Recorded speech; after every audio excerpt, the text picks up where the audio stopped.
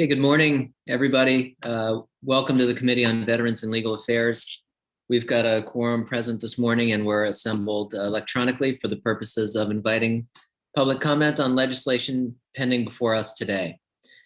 Before we get started with the hearing, we'll begin with committee introductions, starting with Chairman Chiazzo. Thank you, Mr. Chair. Good morning, everybody. Chris Chiazzo, House District 28. Beautiful, overcast, cloudy, and a little raw West Scarborough today. Good morning. Senator Farron. Good morning. My name is Senator Brad Farron. I live in Norwich Walk, and I have the distinct pleasure of representing the citizens of Senate District 3, which is the majority of Somerset County. Workers do any of those things. They can be summarily Representative fired, McCrate.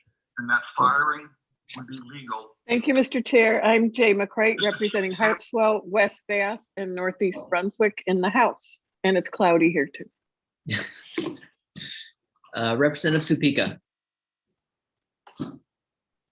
Completely sunny in Bangor. No. I am Laura Supika, and I represent District 126, a portion of Bangor. Representative Tuttle.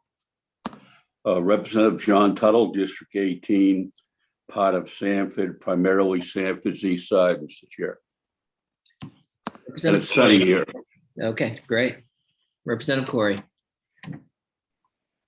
Good morning. I'm Patrick Coyer, represent House District 25, which is part of Wyndham.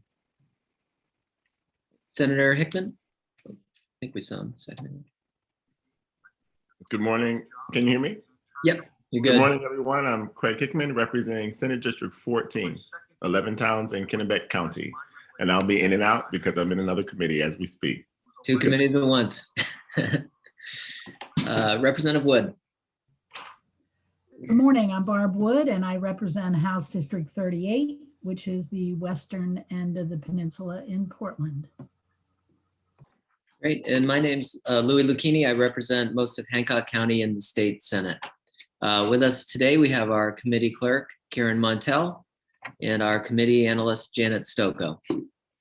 So before we get started, we'll just go through some of the electronic protocols for our meeting. So a reminder to everybody that this meeting is currently being live streamed on the committee's YouTube channel. And this means that anyone who's a participant in the meeting via Zoom can be seen and also heard if their microphone is unmuted. People who are in the Zoom meeting in the attendees list waiting to testify will not be able to be seen or heard until they're called upon to speak. And just as a note, when we bring you up into the panelist meeting, it may look like you've lost connection for a second, but if you're patient, it'll bring you in and then you can unmute yourself and turn your camera on. And just as another reminder, we have the live stream going on the legislature's website as usual. If you submit written testimony, it will be publicly available on the legislature's website. There's been a couple of tech issues with that we're working through this morning, so we appreciate your patience on that front. As far as the chat function goes on the Zoom meeting, this is for technical assistance only. It's not for any substantive work or conversation. And for the bills today, we'll begin with the bill sponsors, followed by those who have registered in advance of the hearing to testify. For members of the public, as a reminder, when you're called upon, please state your name, your place of residence, and the organization you represent, if any. Only remarks on the legislation before us are considered in order. Anything else will be considered out of order. And so this morning, we're going to begin with LD 941. Then we're going to move to a block of 4 bills, just so that everybody is aware. So we're going to start with 941. Then we're going to do a joint hearing on LD 253, LD 557, LD 1083, and 1099. So those 4 will be heard together. During that portion, everybody will be given 4 minutes to speak. And on this first bill, we'll do the usual 3 minutes, as this one is a separate bill from the others before us. So with that, I will open the public hearing on LD 941, which is an act to protect the privacy of absentee voters, and will recognize the bill's sponsor, Representative Fockingham. Welcome. Good morning. Good morning, Senator Lucchini, Representative Chiazzo, and members of the Committee on Veterans and Legal Affairs. I am Representative Billy Bob Fockingham, and I am here to present LD 941, an act to protect the privacy of absentee voters.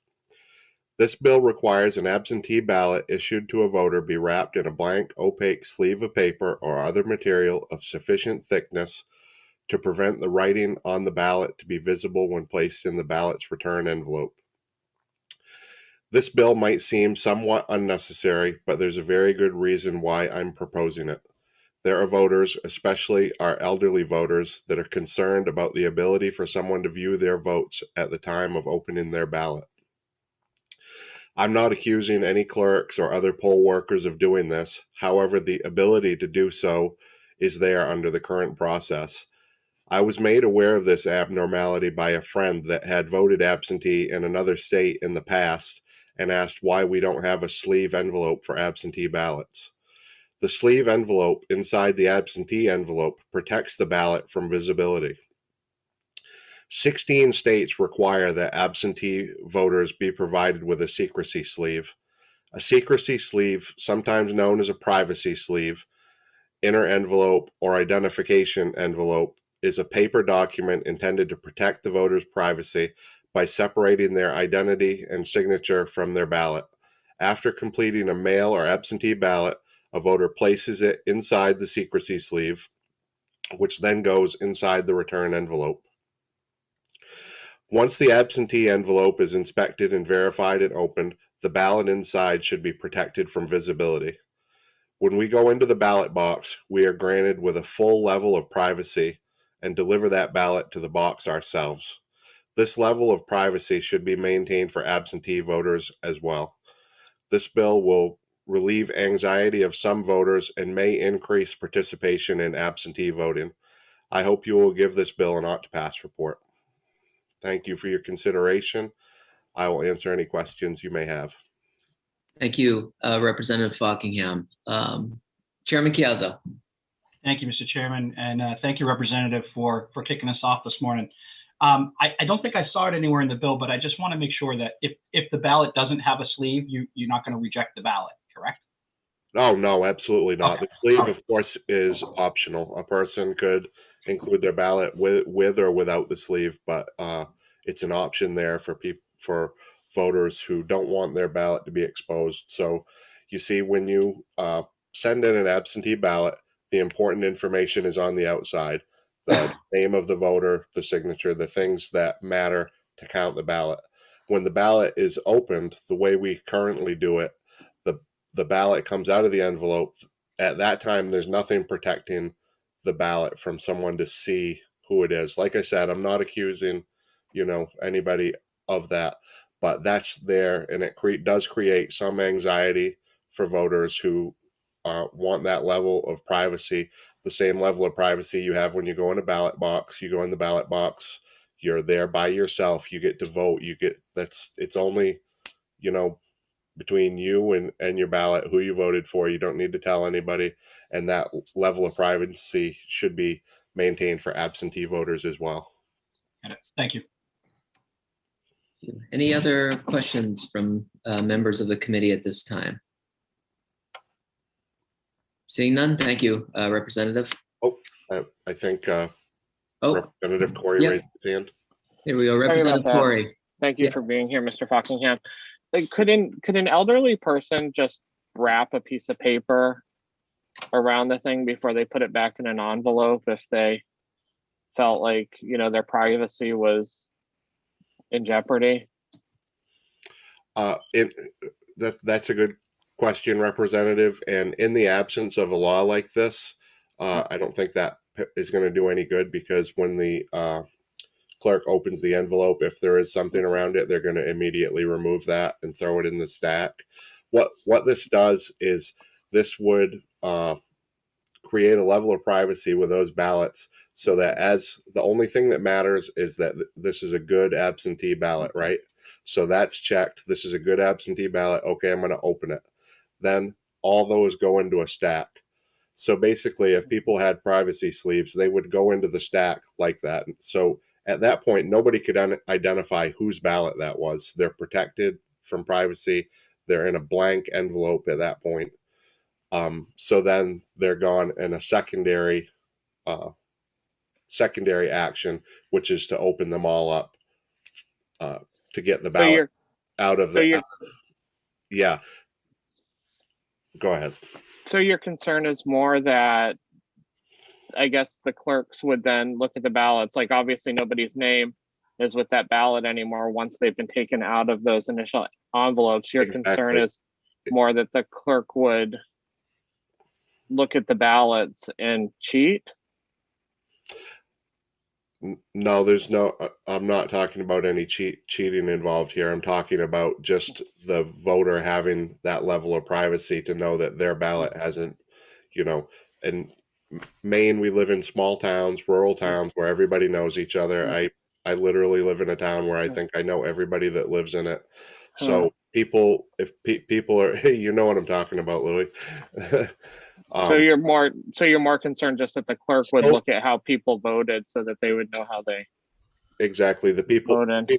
The people don't want others to know who they voted for. They want that level of privacy. And I didn't include this in my testimony, and I'm not even sure if this is absolutely 100% true, but another representative told me that they had a complaint from a constituent who was a old, I guess, veteran in his late 80s, I assume either a World War II or Korean War veteran, who had walked into his municipality with his absentee vote and handed it off to the clerk, and then proceeded to watch the clerk open the ballot in front of him and place it in the counter. And he was disturbed to the point where he reached out to his representative about it.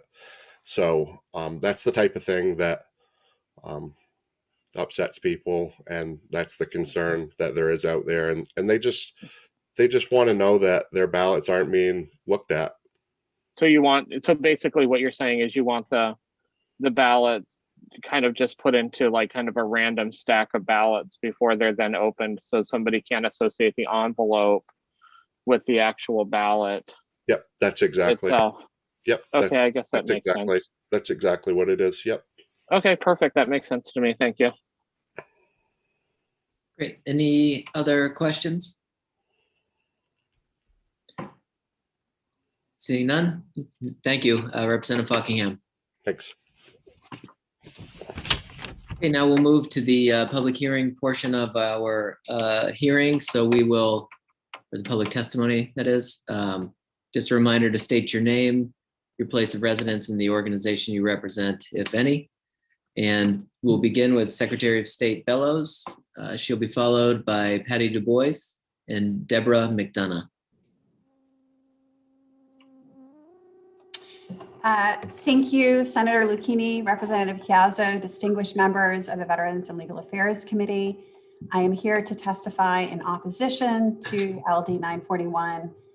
We agree with the bill's sponsor that the ability of voters to keep their voting choices to themselves is very important.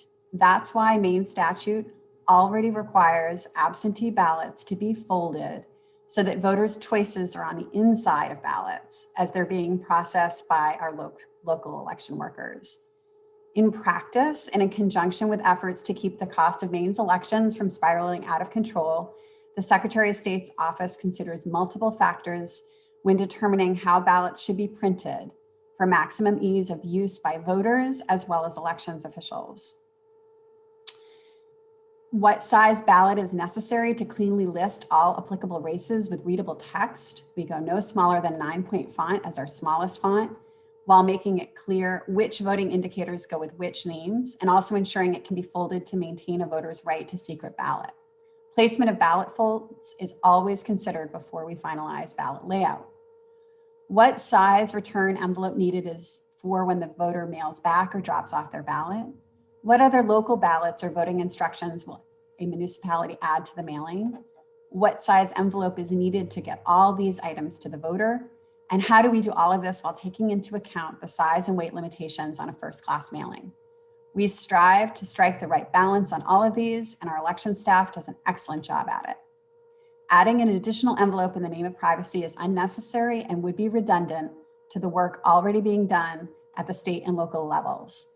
An additional envelope could increase the state's printing costs by 1/3 and increase postage costs for the municipality to mail out the ballots and for the voter who opts to return their ballot by mail.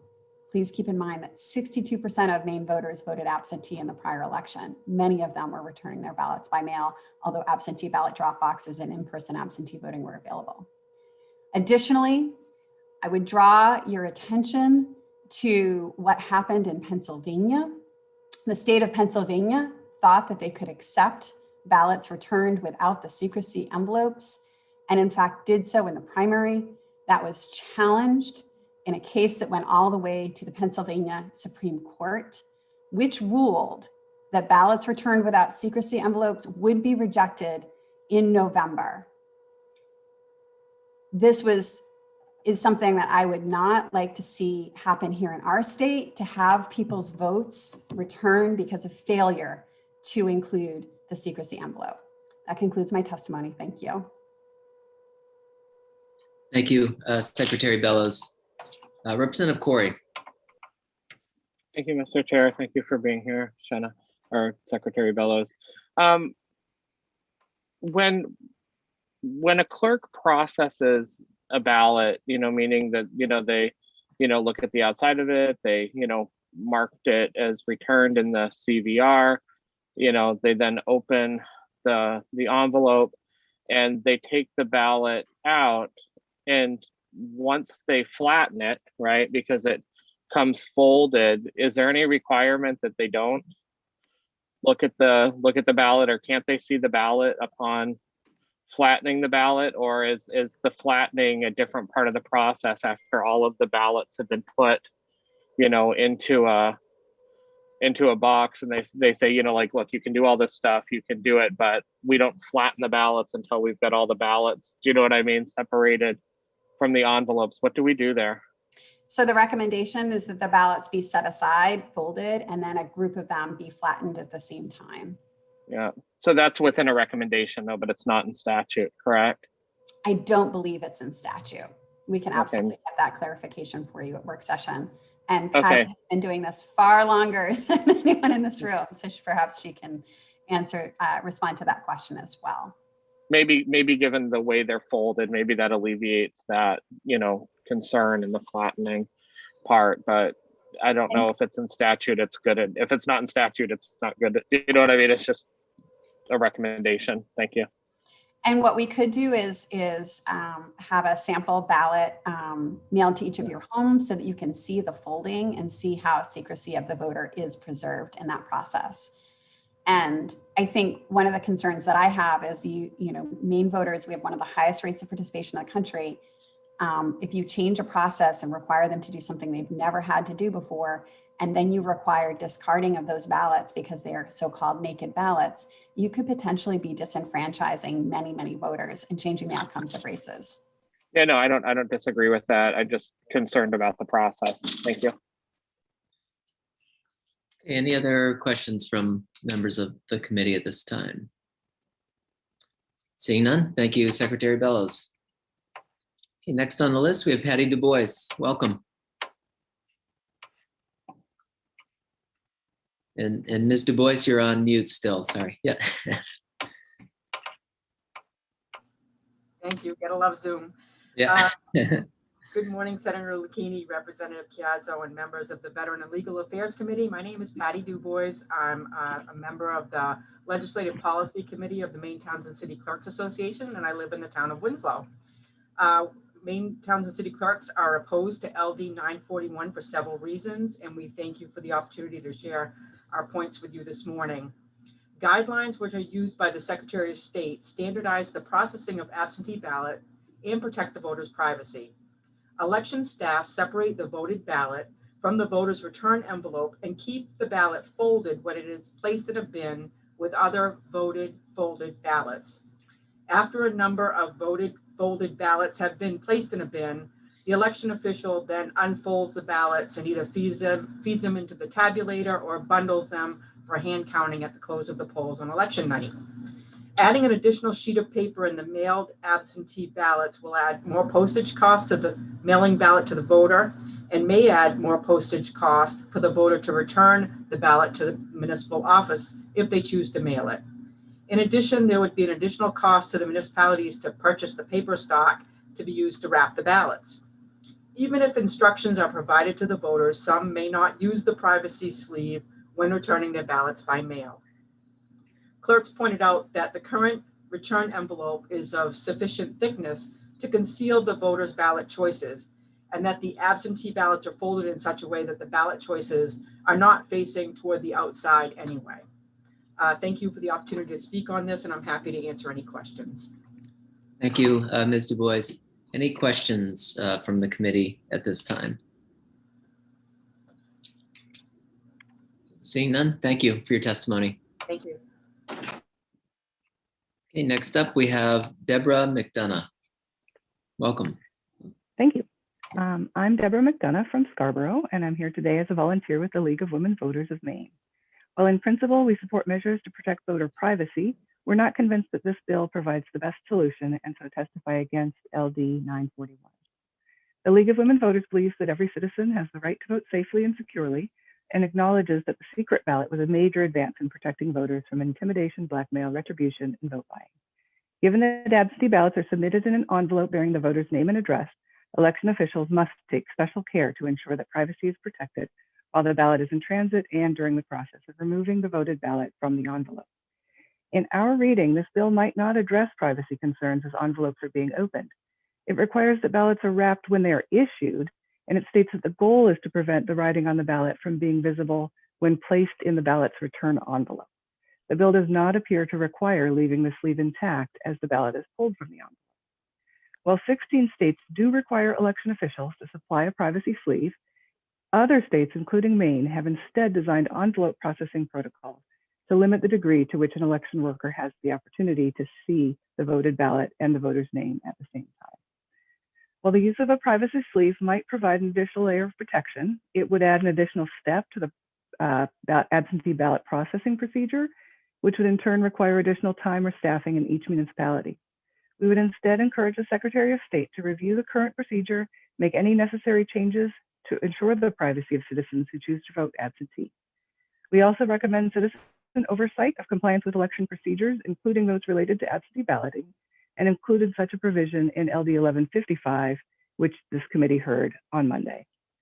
I do understand Representative Falkingham's concern about voter perception and recognize that it'll be difficult to ensure that all voters understand the protections currently in place when those envelopes are open. It may be sufficient to include text in uniform absentee ballot instructions, briefly describing the envelope processing procedure and suggesting that voters could wrap their voted ballots in that instruction sheet if they desire a protective sleeve. This approach would still increase the time required to process the absentee envelopes, but it might be a suitable compromise. I would point out that Pennsylvania and 4 other states actually prohibit those naked ballots by statute, and I don't see anything in this bill that would cause an unwrapped ballot to be rejected.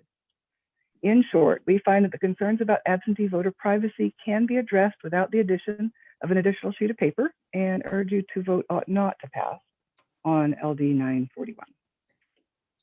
Thank you. Any questions from the committee at this time? Okay, seeing none, thank you for your testimony. Quite welcome. Okay, that concludes the number of people who have pre-registered for this bill. So with that, I will close the public hearing on LD 941. Okay, so next up, we're going to take in a block 4 bills related to photo identification. So we're going to take LD 253, which is an act to strengthen Maine's election laws by requiring photographic identification for the purpose of voting. We're going to take LD 557, an act to require photographic identification for the purpose of voting. Then we'll also take up LD 1083, an act to create a voter identification system. And the 4th bill in this section It's LD 1099, an act regarding election reform. And so we'll begin with the bill's sponsors. We'll start with Representative Sebra. Welcome. Can you hear me now? Yep, we got you. Good morning, Representative. Chair and members of the Veterans and Legal Affairs Committee. I am Representative Rich Sebra, serving in my 7th term in the legislature. I represent House District 68, the lovely towns of Naples, Sebago, Baldwin, Cornish, and part of Parsonsfield. And I am here today to present to you LD 253, an act to strengthen Maine's election laws by requiring photographic identification for the purpose of voting. In poll after poll, it's clear in both Maine and the nation that the overwhelming percentage of American voters support a voter ID system. They want their vote to have 100% of its value, not to be watered down by any possible dastardly activities that may occur due to a loose and abusable system. Some may testify in opposition to this bill, utilizing the narrative that we as a state and nation have seen time and time again. And it is a simple narrative. They state that we should foolishly and simply trust that all parties involved in the election process will, without exception, remain within loose boundaries of the current law, and that all will be good citizens when confronted with an opportunity to do ill. That we should simply trust the better angels of our unrighteous nature, of all involved in the political process, and just give them a pass where we trust but don't verify. I hope that I'll be able to join you for the work session with these bills, and it's a pretty straightforward bill. It requires that the voter provide proof of identity for the purpose of voting with the photographic ID approved by the Secretary of State by rulemaking. We had just a little background on this. I had sponsored a similar bill in the 125th. We had come close. We made some adjustments to it because we found that there were far fewer people in the state of Maine that do not have identification, and that it would be quite possible to provide them that within existing resources in the Secretary of State's office. And we were close to passing this back then, and I just wanted to, after this last election season, give it another shot. I appreciate your time and your consideration, and I look forward to hearing the other bills that go along with this in this bundle. Thank you, Chairman. Thank you, Representative Sebra. Any questions? Representative McCray. Thank you, Mr. Chair. Representative Sebra, I missed the date you said that you had submitted this in the past. Could you repeat that? Sure. Yep. It was the 125th legislature. It was 2011, and then it was held over and then turned into a study in 2012. Thank you. Yep. Sure. Any other questions at this time for the bill sponsor? Okay, seeing none. Thank you, Representative Cooper. Thank you, Chairman, and enjoy your day.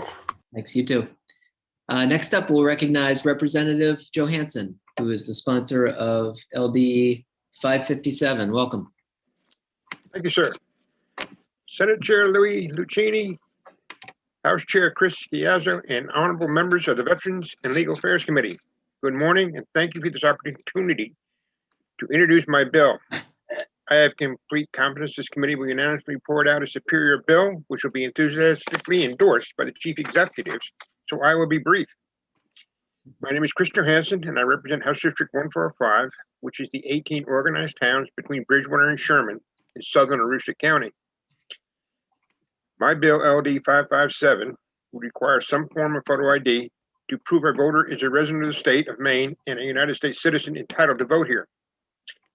I'm not going to go into the open borders problem to our south or those with Canadian plates voting at our northern border communities. LD 557 is an attempt to stop voter fraud in our state elections. I'm not claiming we have a voter fraud problem in this state. I am saying we do not know because there is no method to check at the polling location. Any fraudulent vote dilutes my vote and every other vote cast by citizens of this state. The appearance of voter fraud-free elections are the goal, and while I'm waiting to vote, I want to be assured that those voting with me are qualified voters. Having a voter ID law is no inconvenience to the vast majority of our voters who already possess this ID. We have asked some of our citizens and some non-citizens to give a lot more to guarantee a free and fair election. We require all citizens to appear for jury duty. Anyone making a claim that certain classes of folks be put in an undue hardship to get a photo ID is, I believe, a racist statement. This country's sad history of voter fraud on steroids was committed against minorities many years ago. Ensuring one citizen, one vote is the surest way to protect the voting rights of all Americans, and that is the intent of this bill. Thank you very much for your time and attention, and I'd be happy to answer any questions. Thank you, Representative Johansson. Any questions from the committee at this time? Okay, seeing none, thank you for your testimony this morning. Thank you, sir. Okay, next up, we have the sponsor of LD 1083, an act to create a voter identification system. Representative Falkingham, welcome back.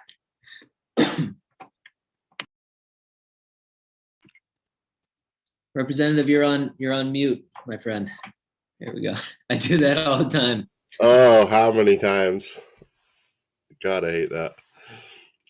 Good morning again, Senator Lucchini, Representative Chiazzo, and members of the Committee on Veterans and Legal Affairs. I am Representative Billy Bob Falkingham, and I am here to present LD 1083, an act to create a voter identification system.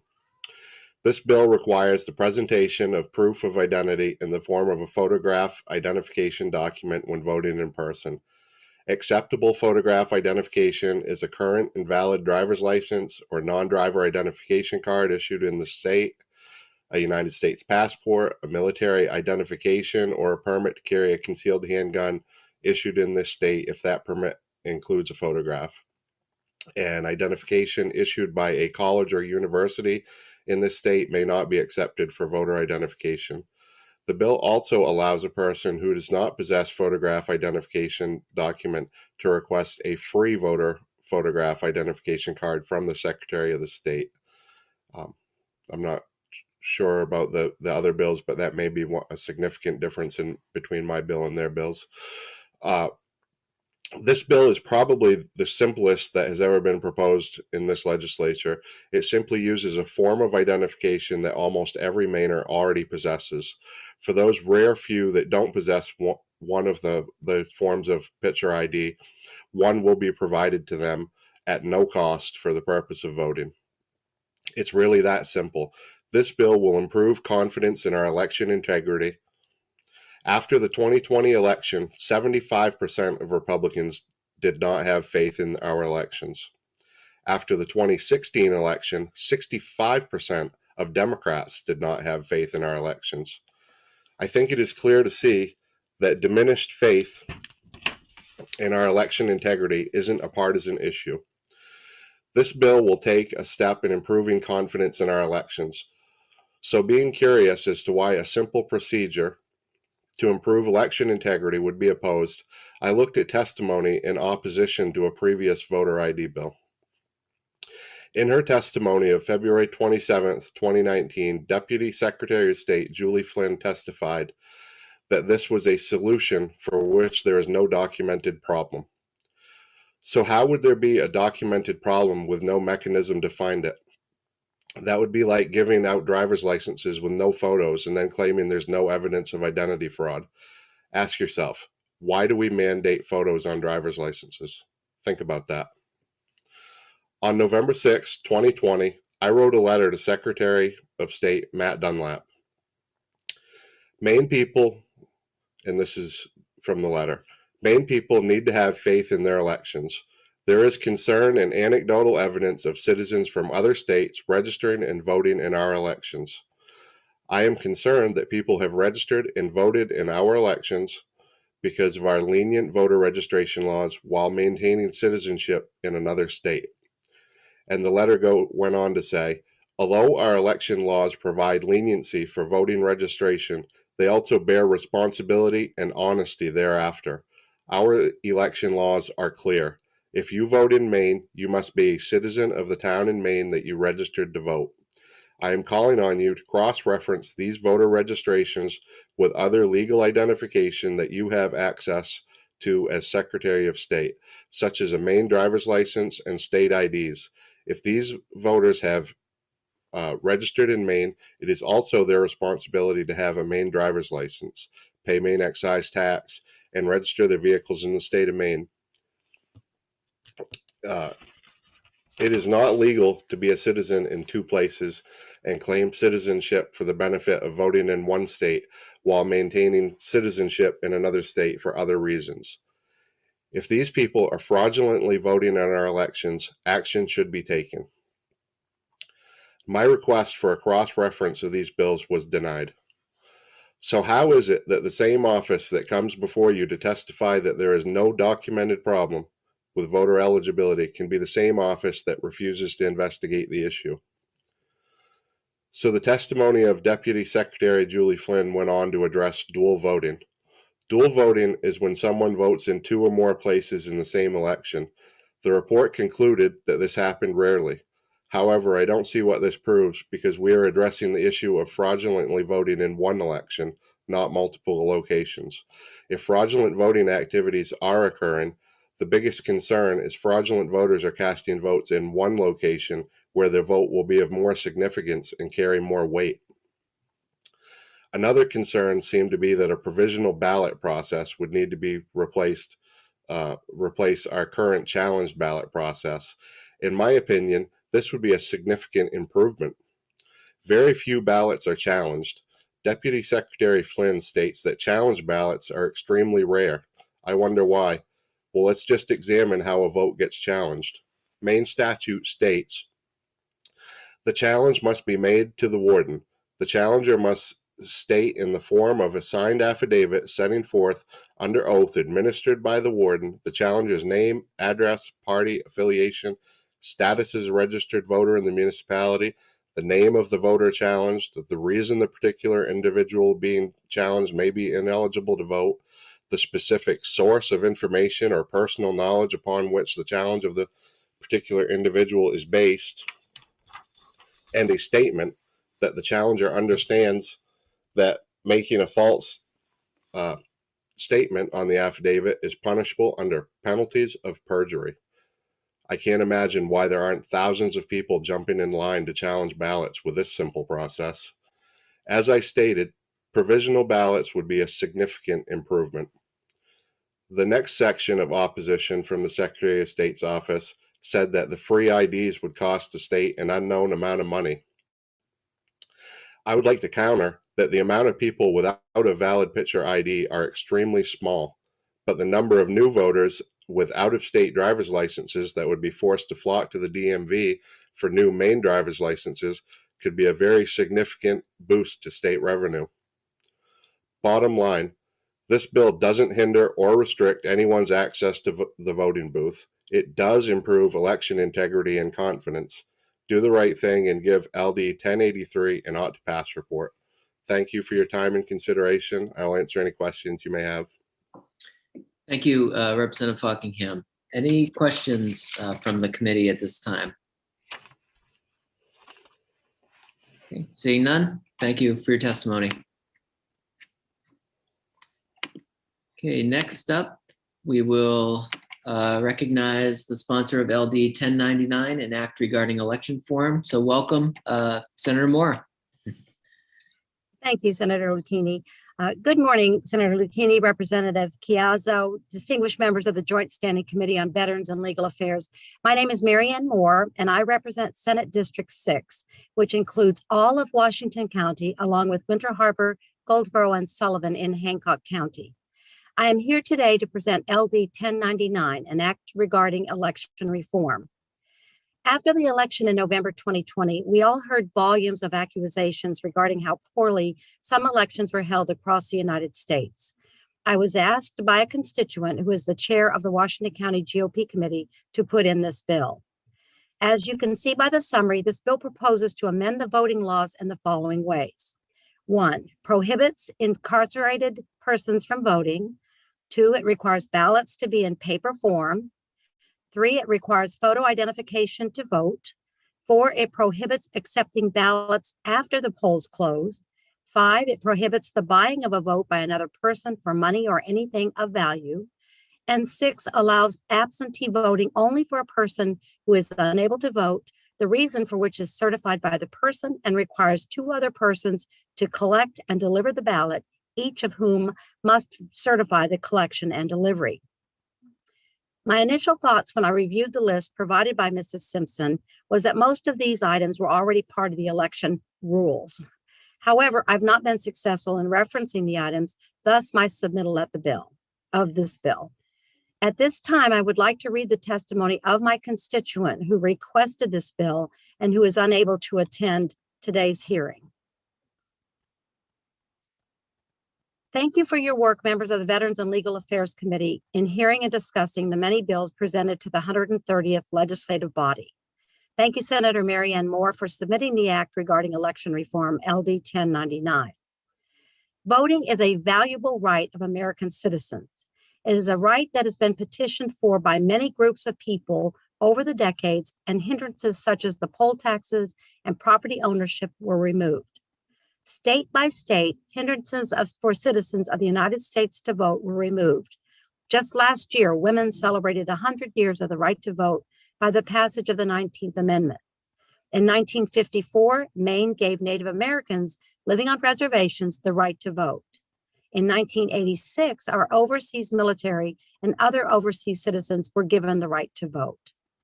Voting is a privilege and a responsibility of American citizens.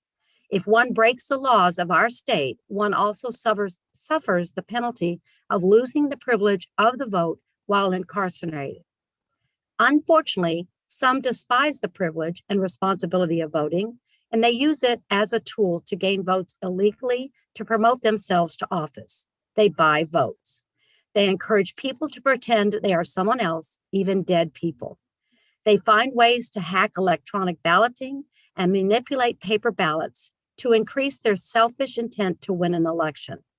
Thus, it is our responsibility as law-abiding citizens to protect one man, one vote from fraudulent manipulation from those who dishonestly seek selfish gain. Paper ballots are visible and easily recounted, unlike electronic devices that add and subtract votes by computer hackers.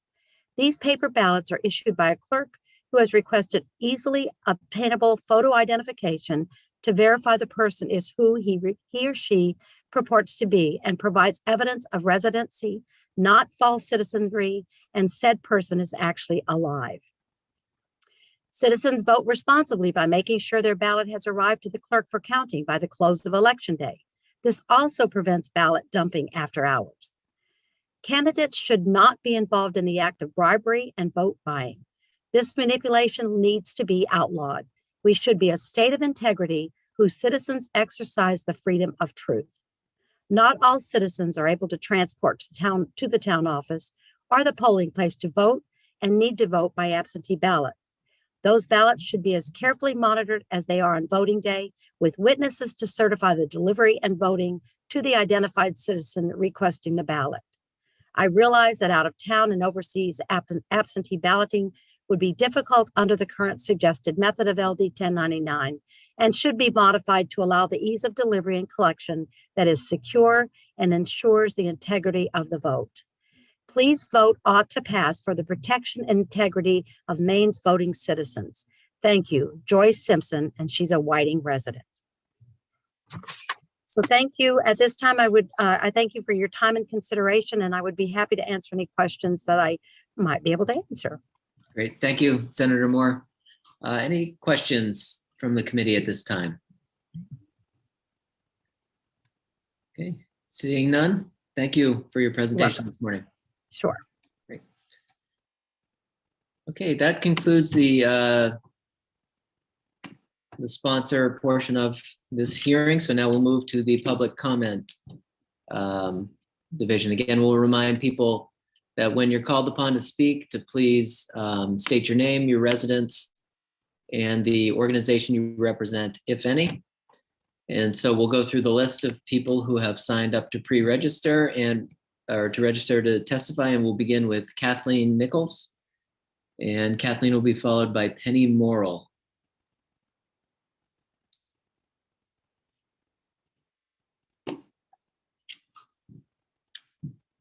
So welcome, Ms. Nichols. Welcome. So you can hear and see me. How exciting. Yep. You're good to go. Thank you. So my name's Kathleen Nichols. I live in South Portland.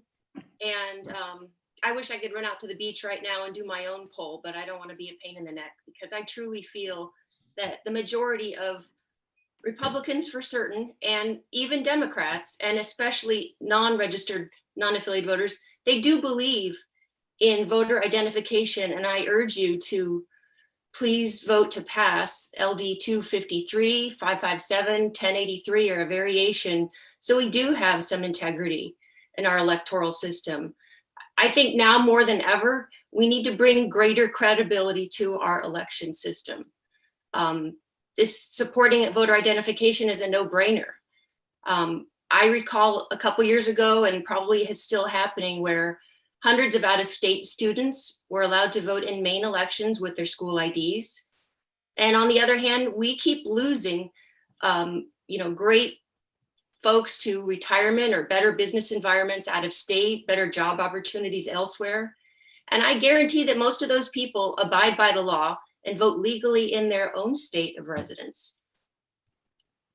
So you likely would want proof of those voter fraud instances, right? Well, I say I want proof to verify that there is no voter fraud, because identification is not a burden. If it was a burden, we'd have complete havoc in the liquor stores, wouldn't we? And elsewhere, hundreds of other places you need voter ID. So it's really time to stop this denial or whatever is happening. And please, work with your Republicans, work with the rest of your constituents. Take our civic responsibility seriously and guarantee those who are voting actually have the right to do so. Make sure that they are good votes, that they are the citizens' vote, because out of respect of your constituents, you really should ensure that their votes are never undermined by anyone who might falsify their identities. So thank you so much for listening, and maybe I will go out to the beach and take a poll. Thank you, Ms. Nichols. Any questions from the committee at this time? Okay, seeing none, thank you for your testimony this morning. Okay, next we have Penny Morrill, who I don't see on the list, and that's those who wish to testify in support. So we'll move to those who wish to testify against, and we'll begin with Secretary Bellows, followed by Attorney General Fry.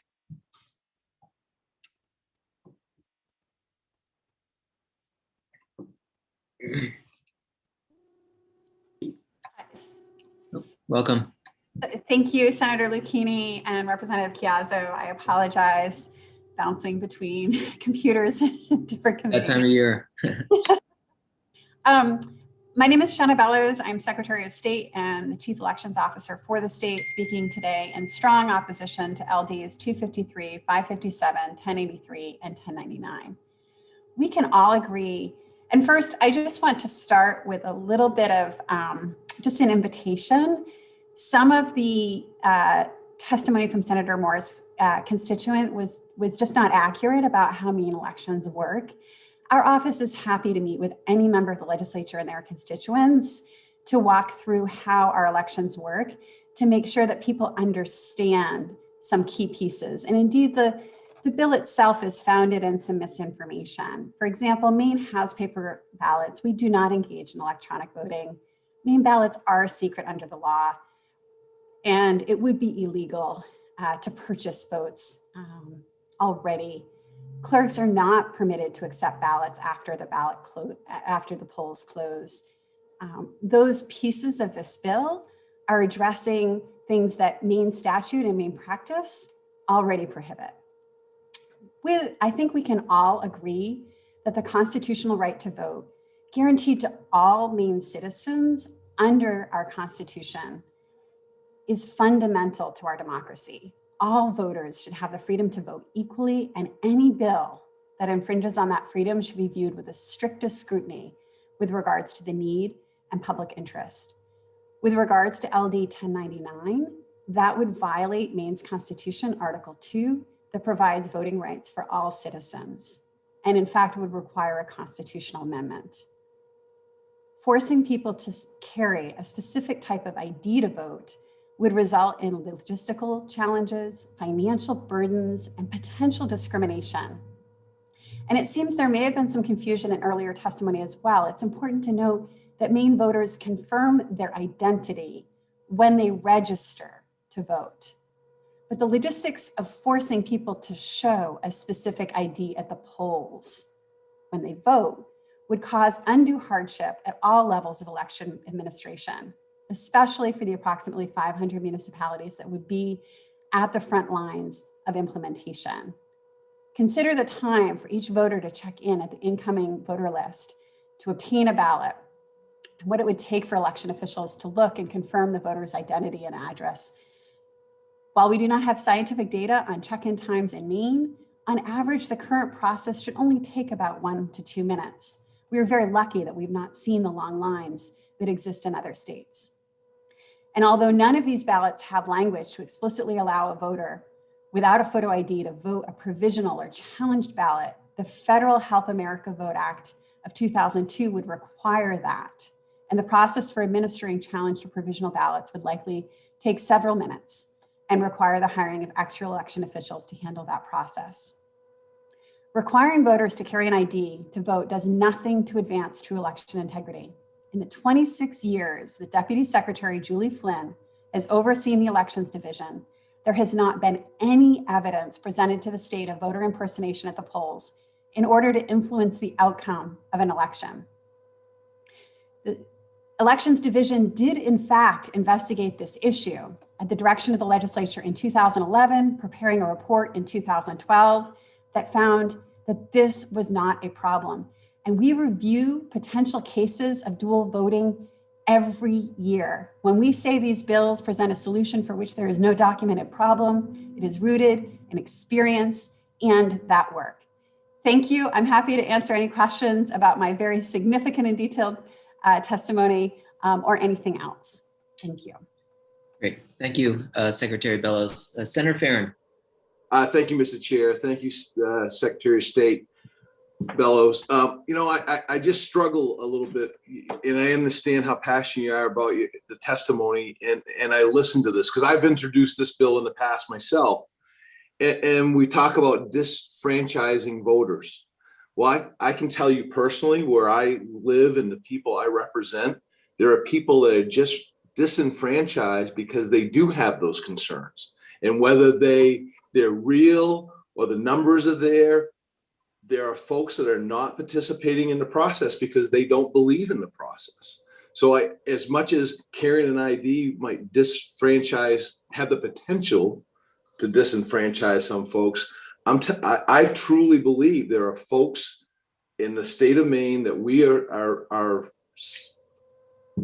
trying to represent and bring their issues forward. How do we tell them that their concerns about this aren't real, and they have to show an ID to get on a plane, to register in a hotel, to buy liquor, to do all of those things, and that it's just the problem doesn't exist. It's too logistical to enforce when they do it every day in their everyday lives. And that's what I struggle with back and forth on this. And I'm just kind of curious that we will always talk about the disenfranchised piece. And I'm convinced we're disenfranchising a lot of Mainers by not addressing their concerns. It's important to recognize Maine ranks 3rd in the country in voter participation. Minnesota, that ranks 1st, also does not have a voter ID.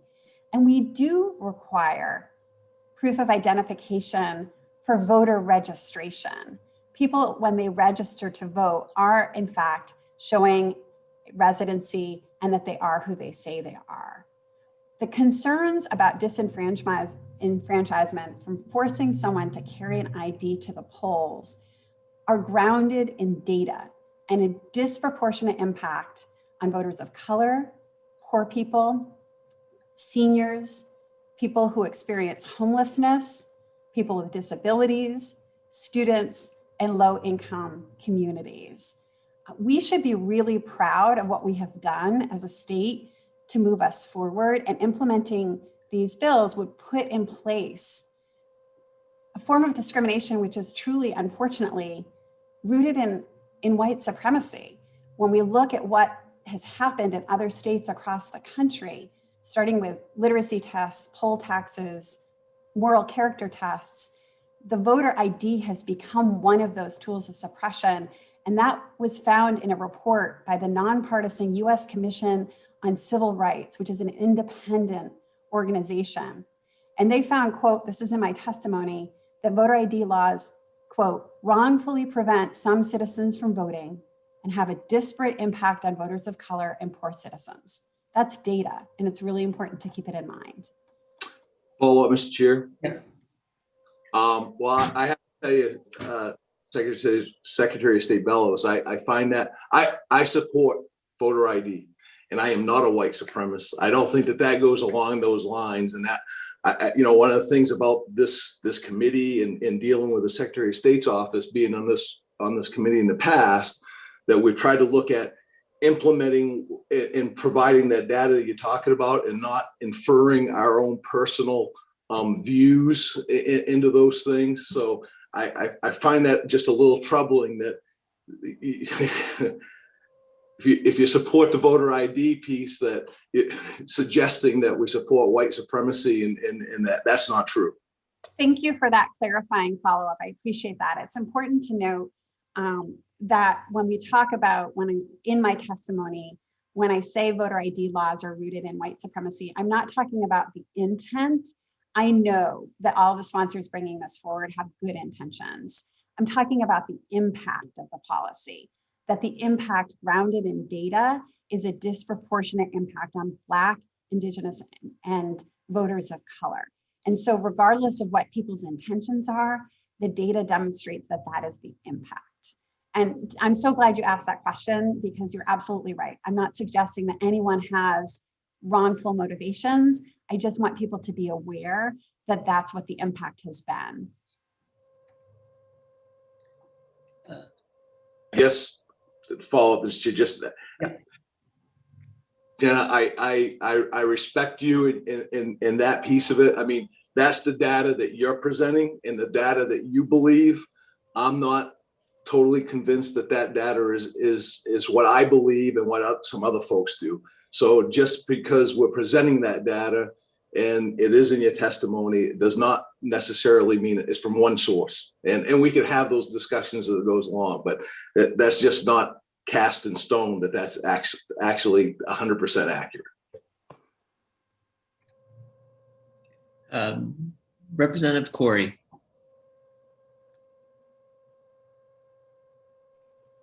Thank you, Mr. Chair. So one of my concerns is probably more rooted in sort of accuracy at the polls.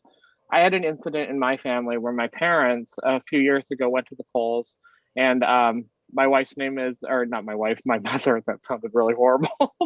My mother's name is Terry Corey, right? And my father is Robert Corey. So Robert Corey went to the polls in the morning and he voted, right? But the clerk, or the poll worker, checked off Terry Corey, right? Sometimes I wonder if they were looking at an ID at the same time they were checking the box. We wouldn't have had to go through this roundabout thing, because my mother showed up in the afternoon to vote, and they were like, "No, you can't vote. You already voted." And she's like, "No, Robert Corey voted." So, maybe there's some accuracy issues here. The other thing that I get concerned about, especially, and I think it's to Brad's point, that somehow if you believe in voter ID, you have to take on this ad hominem white supremacist smear. Do you know what I mean? That was kind of put out there today, and I know you sort of have your explanation, but that doesn't make that, you know, any easier to swallow for somebody that, do you know what I mean, may believe in voter ID. Thank you, Representative Corey. And there is always going to be some human error. Sometimes people do check off the wrong name within a family. What has been alleged today is that there's a widespread problem that might, with people's intent to impact the outcome of the election. And what I want to be crystal clear about is that there are so many checks and balances at every level, at the municipal level, at the state level, with state reporting to the feds, that we have very well-run elections. We do examine voter participation lists to identify any incidents of dual voting and refer those to prosecution when and if there are circumstances where that occurs. And to put in place a requirement to force people to carry a certain ID with them to the polls on election day, what you can see is that currently Maine is one of the best states in the country for voter participation. States with these very strict requirements for ID at the polls have lower votes of participation. That's because whether it's someone forgot their wallet when they were rushing to vote, or they get to the polls and they produce an ID and the clerk is unsure about whether it is valid or not. As a result, there are people that are denied their constitutional right, and that constitutional right is fundamental to everything else. And unfortunately, what we see in other states, and we cannot speak to Maine, is that white people are not turned away at the polls for failure to have IDs at the same rates and levels as Black, Indigenous, and people of color. That is borne out in looking at what's happening all across the country, unfortunately. It's not about people's individual motivations today in this moment. It's just about what the impact has been. But the argument you're making is that there's a white supremacist intent there, and there may be other intents surrounding voter ID, you know, and those intents could be, you know, as much as other committee members on this committee, or not other committee members, but people that have presented these bills have, you know, basically said that they're concerned about fraud. My personal concern wasn't about fraud. It was about the possibility that my mother would have gotten disenfranchised in the afternoon. Do you know what I mean? By somebody mischecking a box. I don't see how that personally would give me white supremacist intent to believe in voter ID, but. No, and it's certainly not my intent to say anyone has that intent. I'm just letting you know it would put into statute something that would have a discriminatory impact. Okay, Representative Kinney.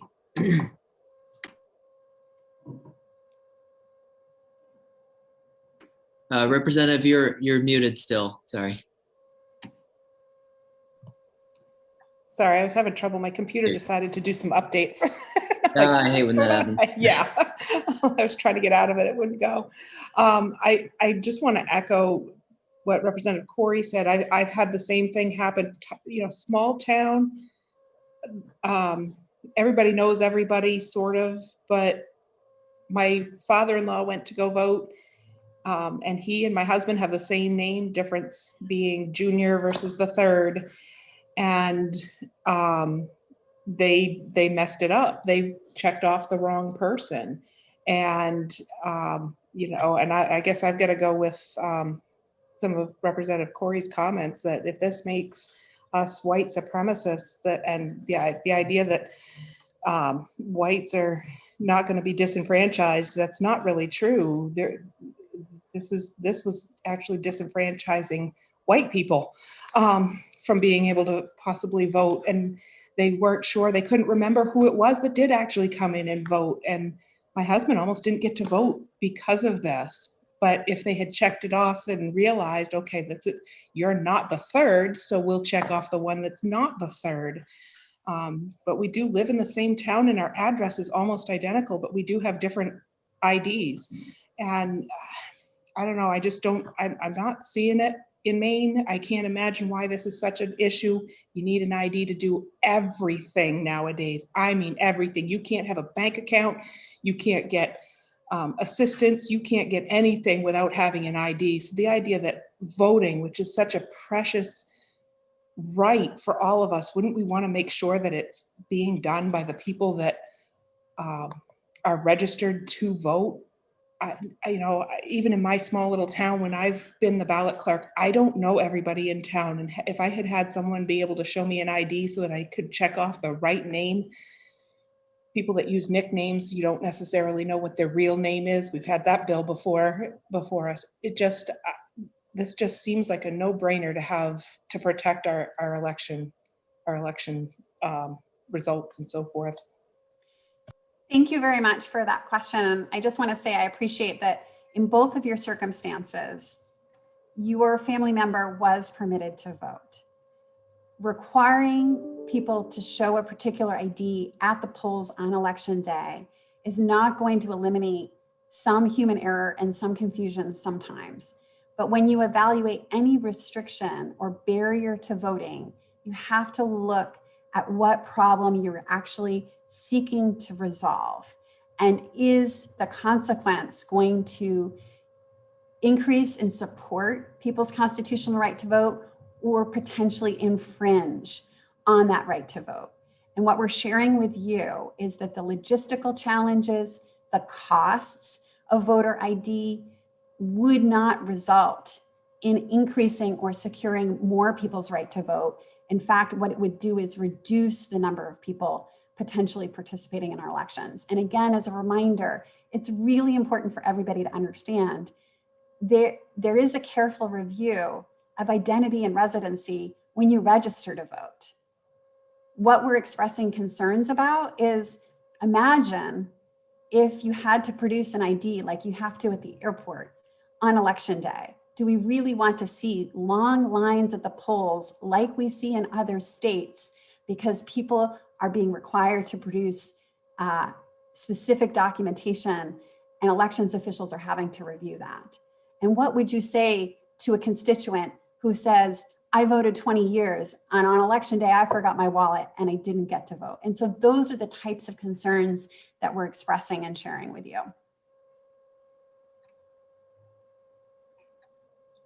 Okay, Senator Farron.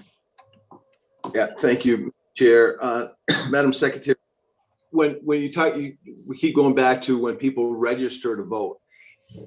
Is it in statute that when people register to vote that they have 30 days to apply for a Maine driver's license? Is that accurate? Is there a tie-in there between, there's no requirement for them to prove that they're a Maine resident? They do have to demonstrate residency, yes. But they can do that with proof of residency that might be a lease, it might be a bill addressed to a certain residence. There are multiple ways to prove residency, but it is important that they prove residency because they need to be registered in the right municipality or even in the right precinct, depending on the municipality. Follow up, Mr. Chair. Yeah. So is there a way, I mean, I'm trying to put this to rest, right? A little bit about the concerns and whatever else. So if we're hanging our hat on that, to register to vote, you have to prove that residency piece. Is there a way after that to tie in the voter registration list, you know, to see what that gap is of residency? Besides showing the ID, I was trying to hit upon the driver's license piece, but not everybody has a driver's license, which leads us to the piece of the registration thing. So just trying to wrap the head around and actually see and identify. Some people think there is a problem and some think there isn't a problem. And how can you verify that and get people to feel trust in the system? I failed. So thank you. I would encourage folks at home to check out Title 21A. There is Section 112 is residence for voting purposes, and Section 112-A is proof of identity for voting purposes. So we do have those sections of law. It's important for people to realize that it's not that Maine has any absence of appropriate checks and balances to ensure election integrity. Oh, you good? Okay. Representative Corey. Yeah, thank you, Mr. Chair. So I just want to say, you know, if my mother wasn't the strong woman she is, right, she could have very easily been disenfranchised by what happened at the polls that day. She spoke up for herself, right? And that also involved my dad going back down to the polls to explain that he was there voting. So had she not been a strong woman, had you know, my dad not taken that extra effort, yes, they would have been disenfranchised. Thank you.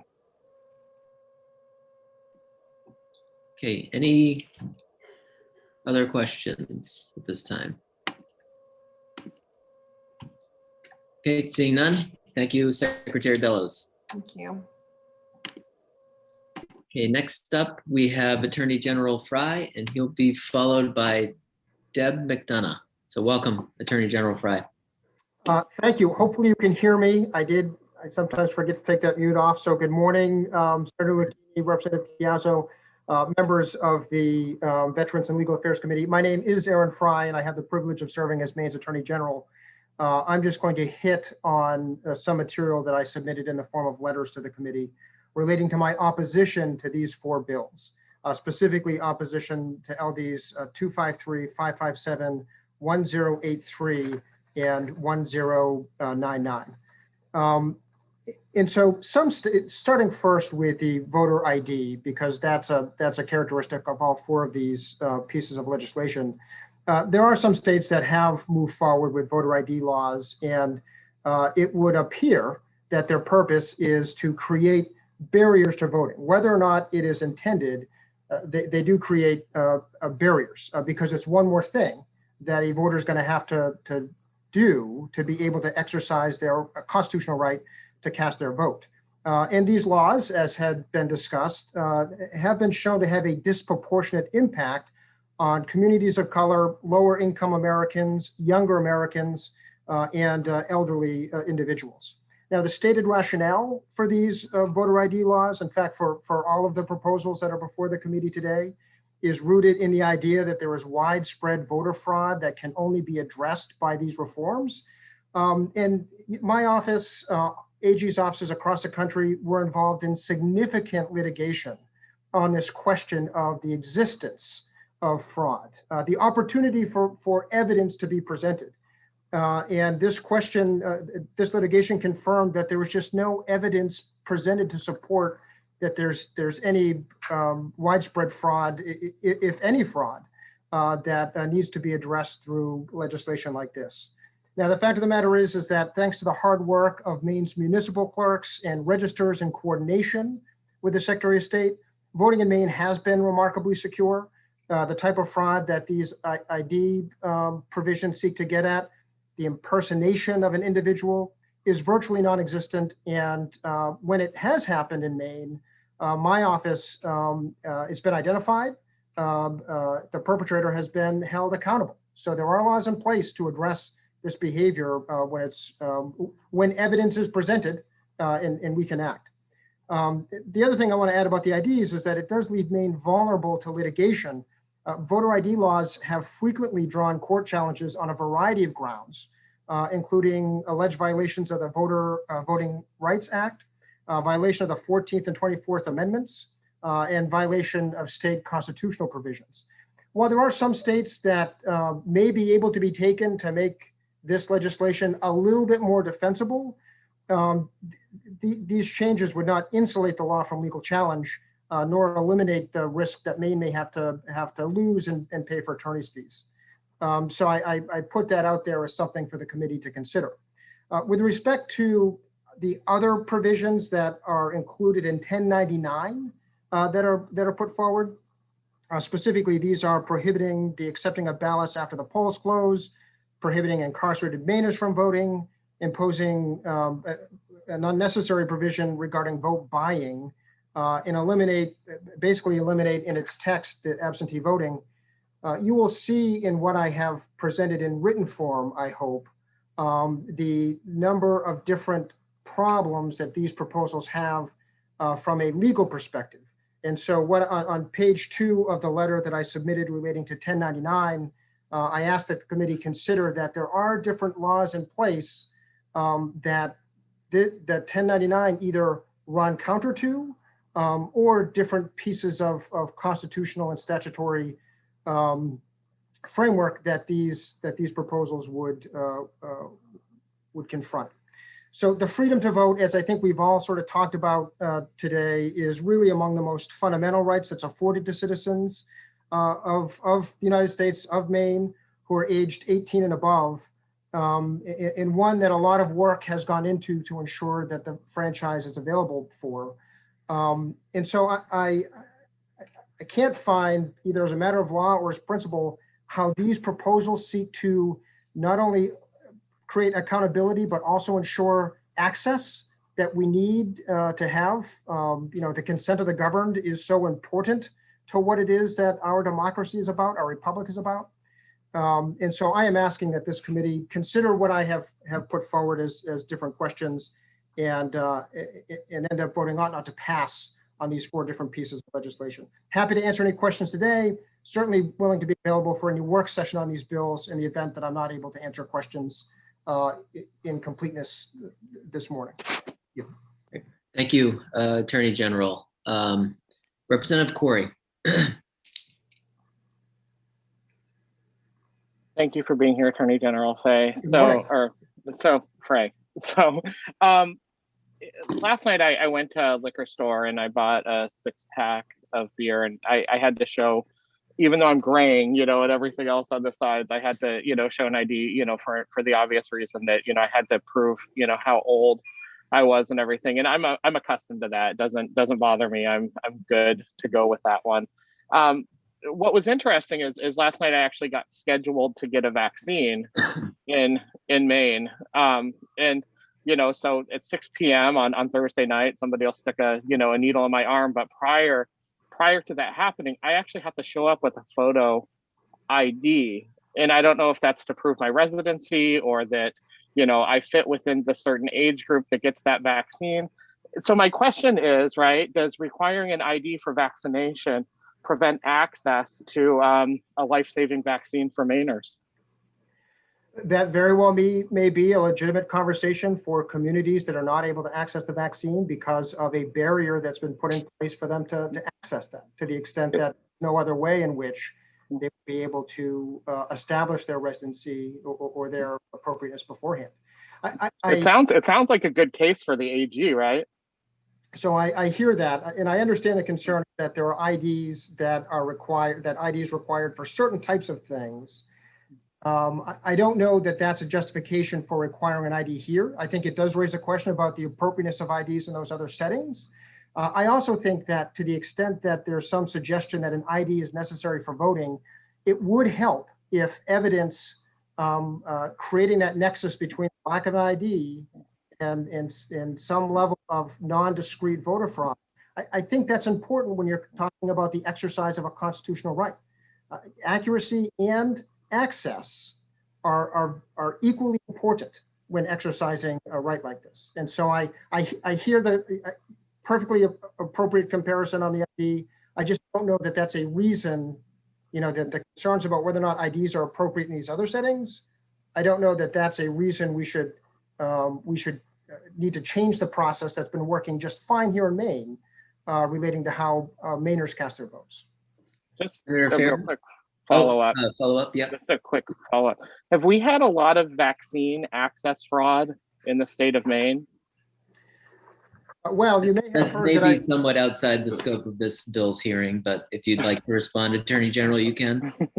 To the extent that it has been reported, you may be aware, Representative, that I had sent a couple of letters out to hospitals in which there were concerns about, although it didn't sound like it was ID that it was a problem, simply decisions that they made about who it is that they were going to get to, knowing exactly who these people were and what their qualifications were.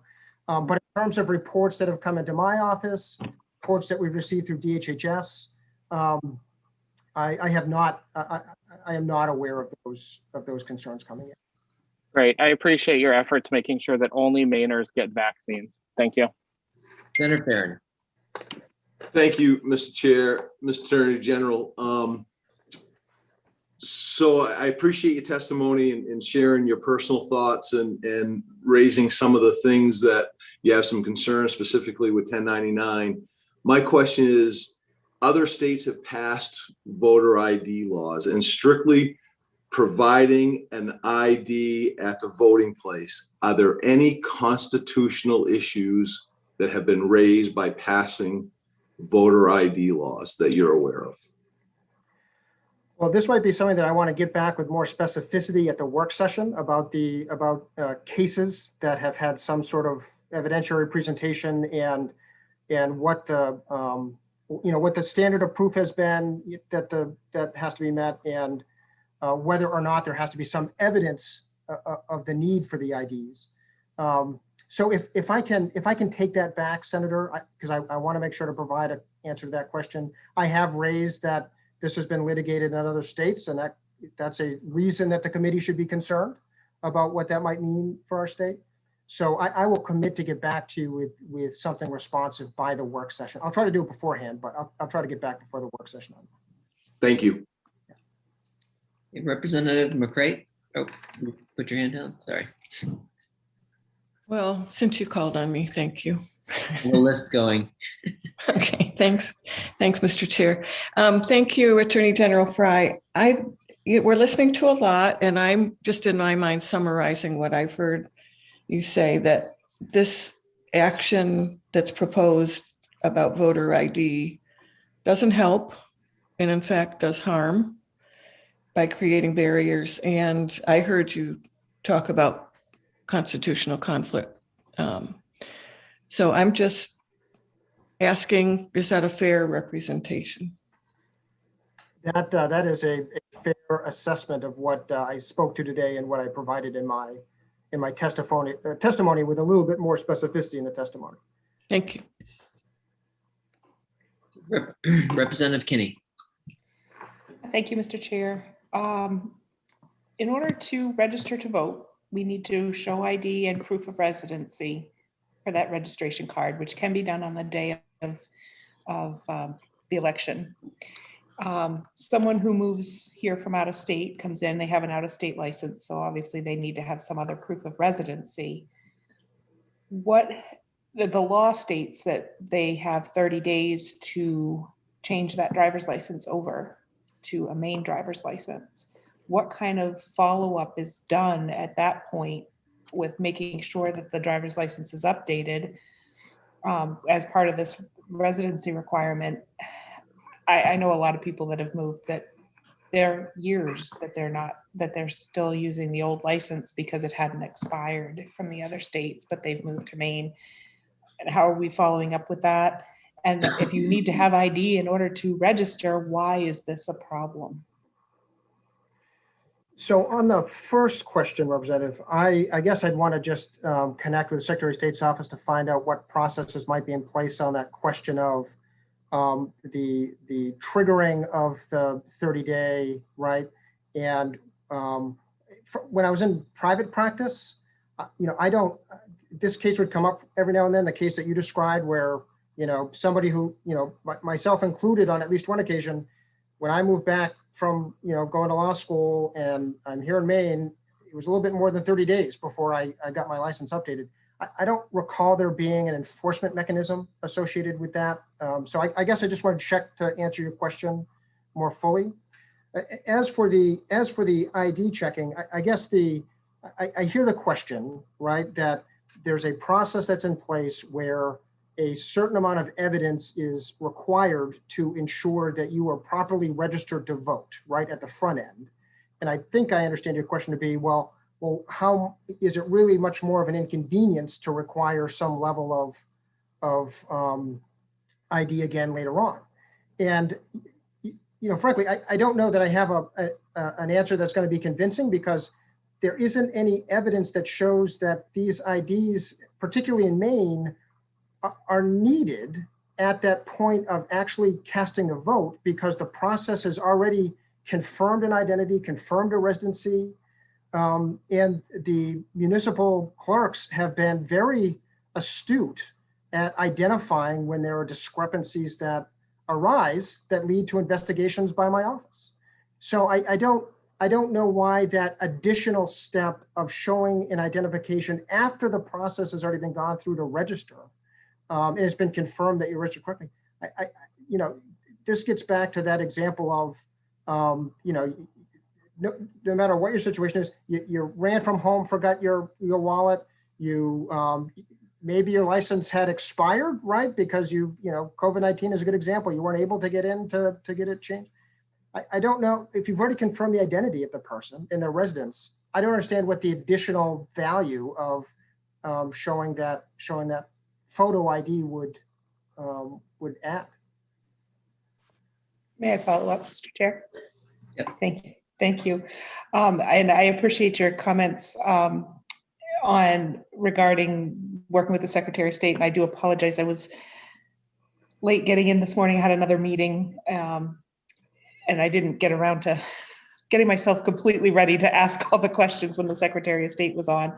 But with it, I guess I'm looking to see for a cross-reference with driver's license and state ID with voter list to make sure that people that have been moving in are going ahead and getting that change taken care of in a somewhat timely manner. But I'm also concerned with, we have a bill before us that we heard on Monday, we're going to look at going into at the very least a first work session regarding online voter registration. How are we verifying like all this stuff and this ID? And one of the things the Secretary of State mentioned was people can renew their driver's license online. So the idea of an expired driver's license, just even in the time of COVID-19, seems to me that I was kind of presented with the idea that that's not an issue anymore because it can all be done online. How are we verifying that people are taking care of things and it is valid at this point? So certainly, no need to apologize to me. About not asking the question, Secretary of State. I'm happy to work with the Secretary of State to get that answer back. And in terms of the process that would be set up to confirm identity, I guess one of the silver linings of what we've just gone through over the last year is there's been a lot of reassessing processes in how it is that people are able to submit documentation, get their government documents or get their municipal documents or, buy a house or finance. There's been a lot of work to increase the accuracy of what it is that has been collected, attributed to a person, as well as a lot of attention to how we keep that information secure. And so I guess in answer to your question, I'm going to want to, I was not attentive to the online voter registration discussion that occurred earlier this week. So I'm not prepared to speak about sort of what the processes might look like to ensure the integrity of what's coming in. If it's okay, I'll talk with Secretary Bellows about that as well. And maybe I can just provide that as part of that same response to what you're asking about with how do we make sure that, all the ducks are indeed in a row to ensure that a voter has met what they need to meet under the existing statutory framework. Would that be okay? That would be, I would be accepting of that. I do. I think we do need to look into this further, and I'm hoping that we don't actually vote that particular bill on Friday, that we just get more information. Because I think they are connected to this one, that it would be connected to this as well, and ensuring that our voter rolls are secure. Sure, and Representative, we'll put that question in with Secretary Bellows for the work session too. So we'll have it on Friday as well. Thank you. I appreciate that, Mr. Sure. Representative Corey, if you have a question related to this bill, that'd be great. Yeah, sure. So based on sort of the testimony that I just heard, that, it's important to verify somebody's identity on the front end of a process, but then somehow that makes it verifiable, on the back end of the process. So like if I go get my driver's license, right, and I show up and I'm pretty sure that when I got that initial license, and certainly when I got a real ID, I had to show up with, this document, that document, sort of in everything else. If I'm out there and I'm driving and a police officer pulls me over, I don't just have to say, I'm Patrick Corey, I live 353 River Road.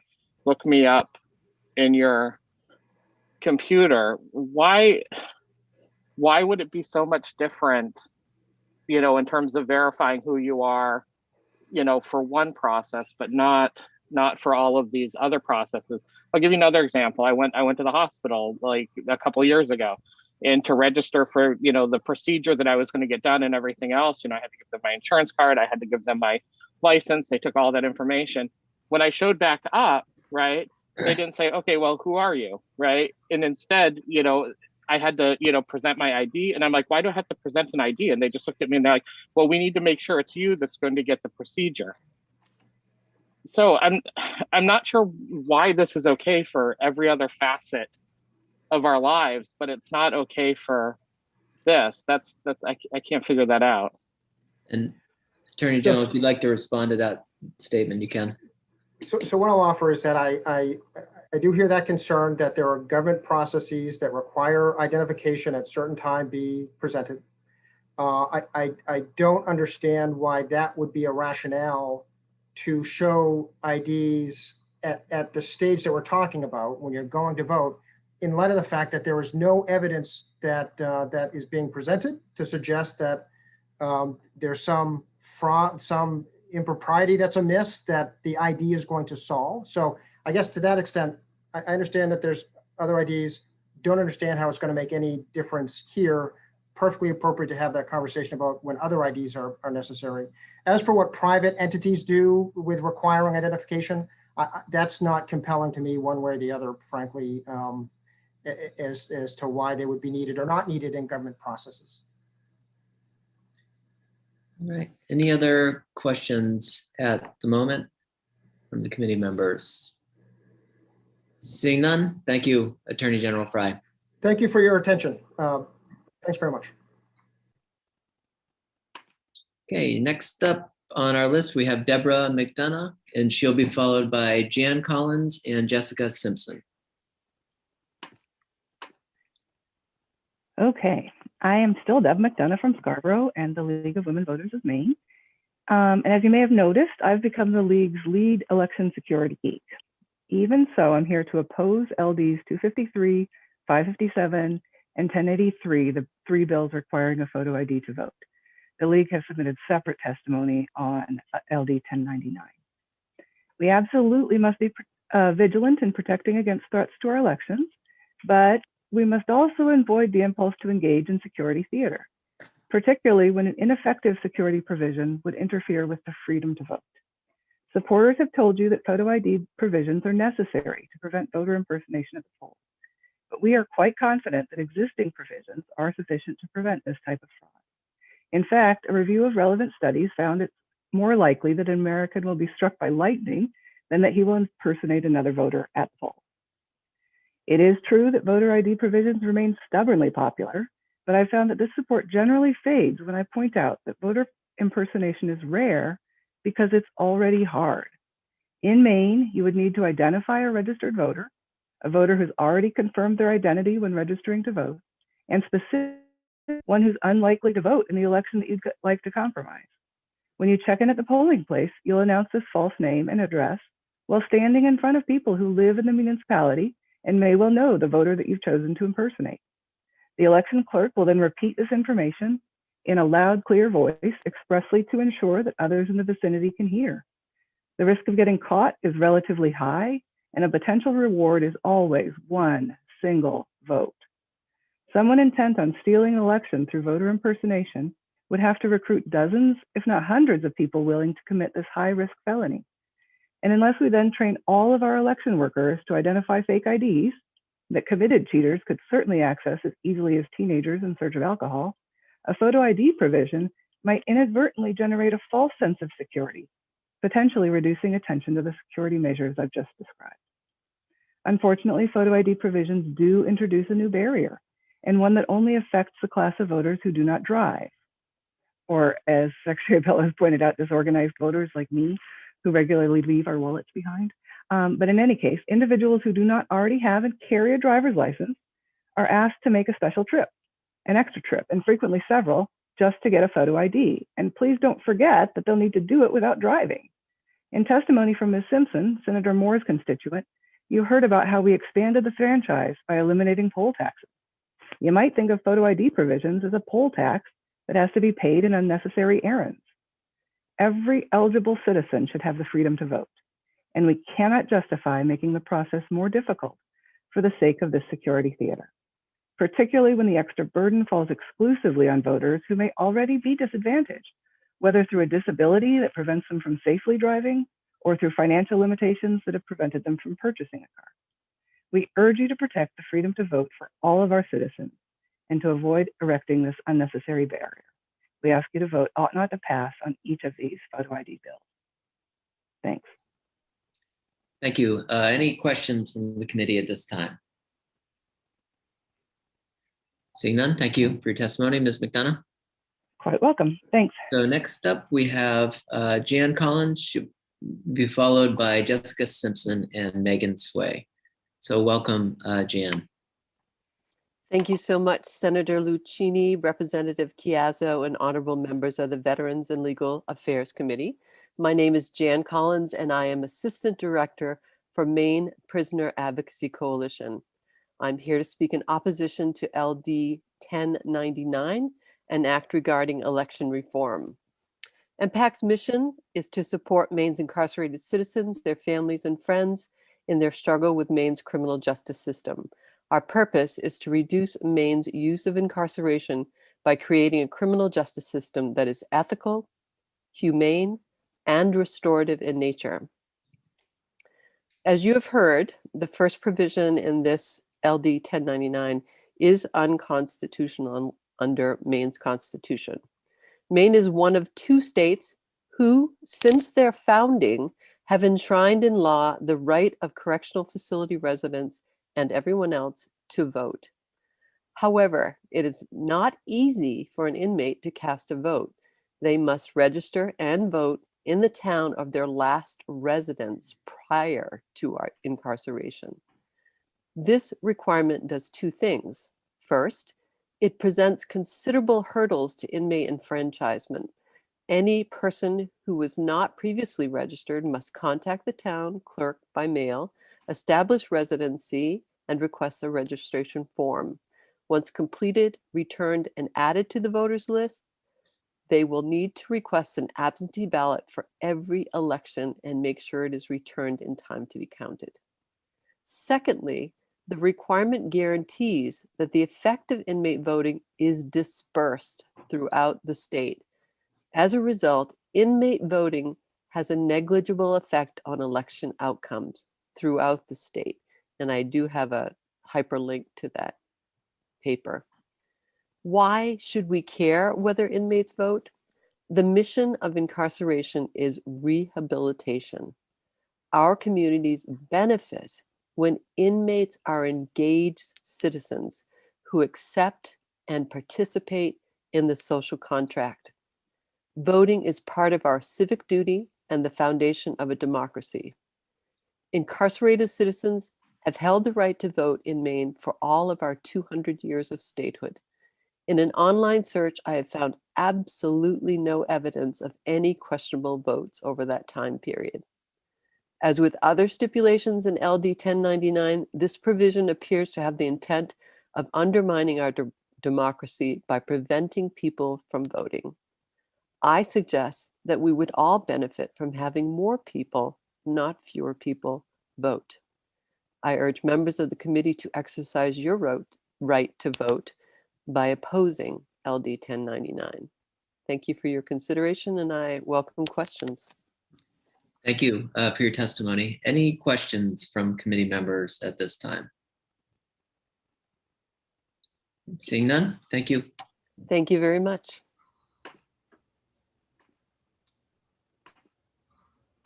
Okay, next up we have, I think Jessica Simpson. She may have dropped out. Oh, sorry, I see you now. All right, welcome. Good morning. Good morning, Senator Lucchini, Representative Chiazzo, and distinguished members of the Veterans and Legal Affairs Committee. My name is Jessica Simpson, and I'm a volunteer with AARP Maine, living in Cape Elizabeth. On behalf of AARP, I am testifying in opposition to LD 1083, 557, and 253. As a nonpartisan membership organization, AARP remains focused on the issues that impact Mainers 50 plus, and that include voting and the election process. Older individuals vote in disproportionately high numbers, and we are proud that voting by older individuals ranks Maine in the top 5 nationally, including the midterm elections. The right to vote is the most basic of all democratic rights, and AARP has long advocated for equal access to this right, including the election process. We support legislation that encourages a high level of participation of voters age 50 and older. Indeed, part of the reason Maine ranks so well nationally when it comes to voter turnout is because we've put fewer barriers, not more, between voters and this democratic right. Requiring photographic ID will potentially disenfranchise voters by placing an undue burden on many who have voted for decades. For example, LD 1083 requires for the first time a citizen over 18 who does not have a driver's license, state identification, passport, or etc., obtain a picture ID from the Secretary of State's office. In this pandemic year, through Zoom, I befriended 2 people, and I found them very easily just by posing the question.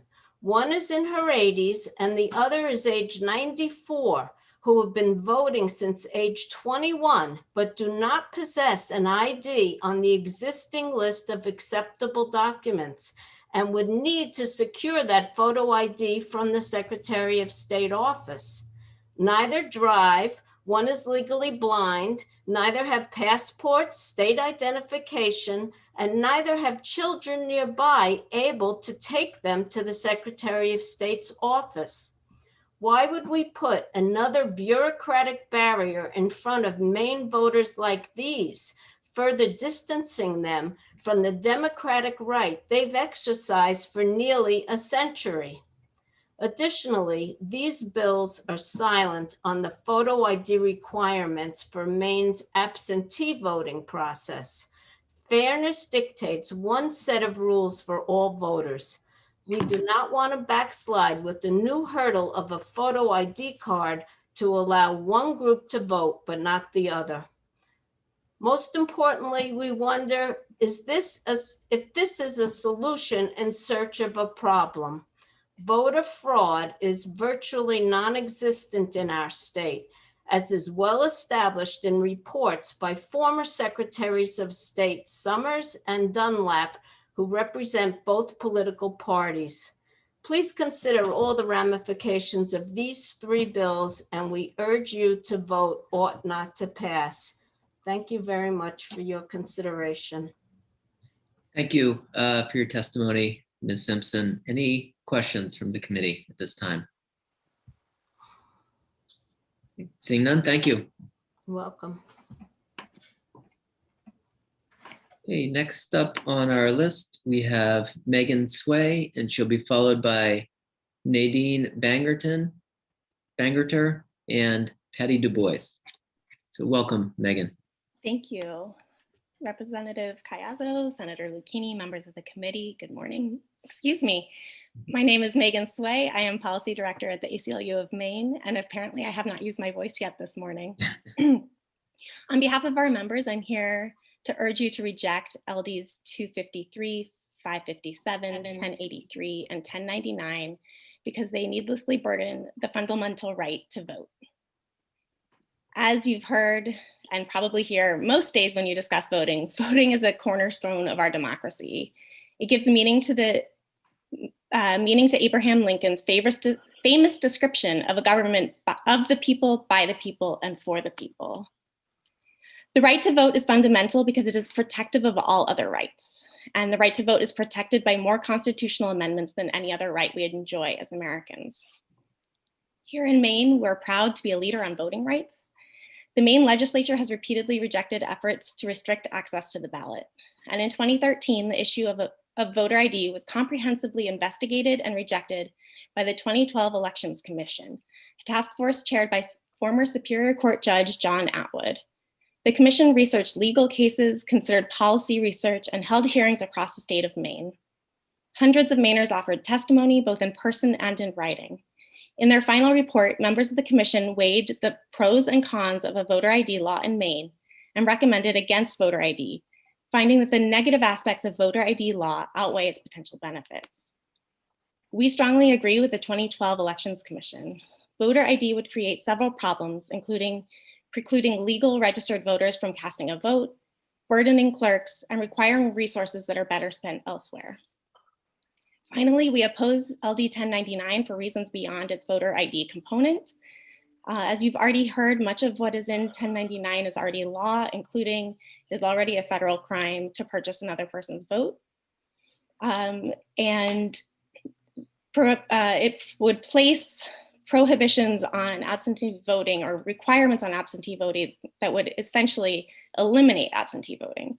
And Maine's no excuse absentee voting is one of the reasons that we are a leader in voting rights. It is a reason why we have such great participation rates, and we urge you to keep all laws that encourage participation and safe and equitable access to the ballot box. Thank you so much. Thank you for your testimony. Any questions from members of the committee at this point? Seeing none, thank you so for your much. testimony. Okay, next up we have Nadine Bangerter, and she'll be followed by Patty Du Bois. Welcome, Nadine. Thank you. Good morning, Senator Lucchini, Representative Chiazzo, and committee members. My name is Nadine Bangerter. I'm a resident of Rockland. I'm here today as a volunteer for the League of Women Voters of Maine. I am testifying in opposition to LD 1099. The League of Women Voters of Maine is a nonpartisan political organization that has been working for over 100 years to encourage informed and active participation in government. When viewing election reform proposals, the League asks these questions. Will the proposal enhance voter participation, improve public confidence, impose an unreasonable burden on election officials, or incur costs that are reasonable in relationship to its benefits? With these considerations in mind, we offer specific comments on LD 1099. We do support one provision of this bill, the requirement of paper ballots, the gold standard of election security, allowing confidence in recounts and audits. The rest of the provisions of LD 1099 are either unnecessary or will hinder important values that we want to foster. The League opposes Section 1 and 2 and supports allowing incarcerated persons to vote. Denying prisoners the vote serves no legitimate correctional policy, does not advance core democratic values, and denies prisoners the benefits of rehabilitation and civic reentry. We have steadfastly opposed voter ID requirements in Section 4 because they cause more harm than good, as you've already heard today. The proposal to prohibit clerks from accepting ballots after the polls close, Section 5, is unnecessary. Current law addresses the situation for both in-person and absentee voting. Federal law already prohibits a person from buying a vote. Section 6 is therefore unnecessary. We know of no instance of buying or selling votes in Maine. Please take caution not to inadvertently prohibit legitimate activities intended to assist voters, such as a ride to the polls or food and water to a voter in a long line. We oppose Section 7, which would eliminate no excuse absentee voting.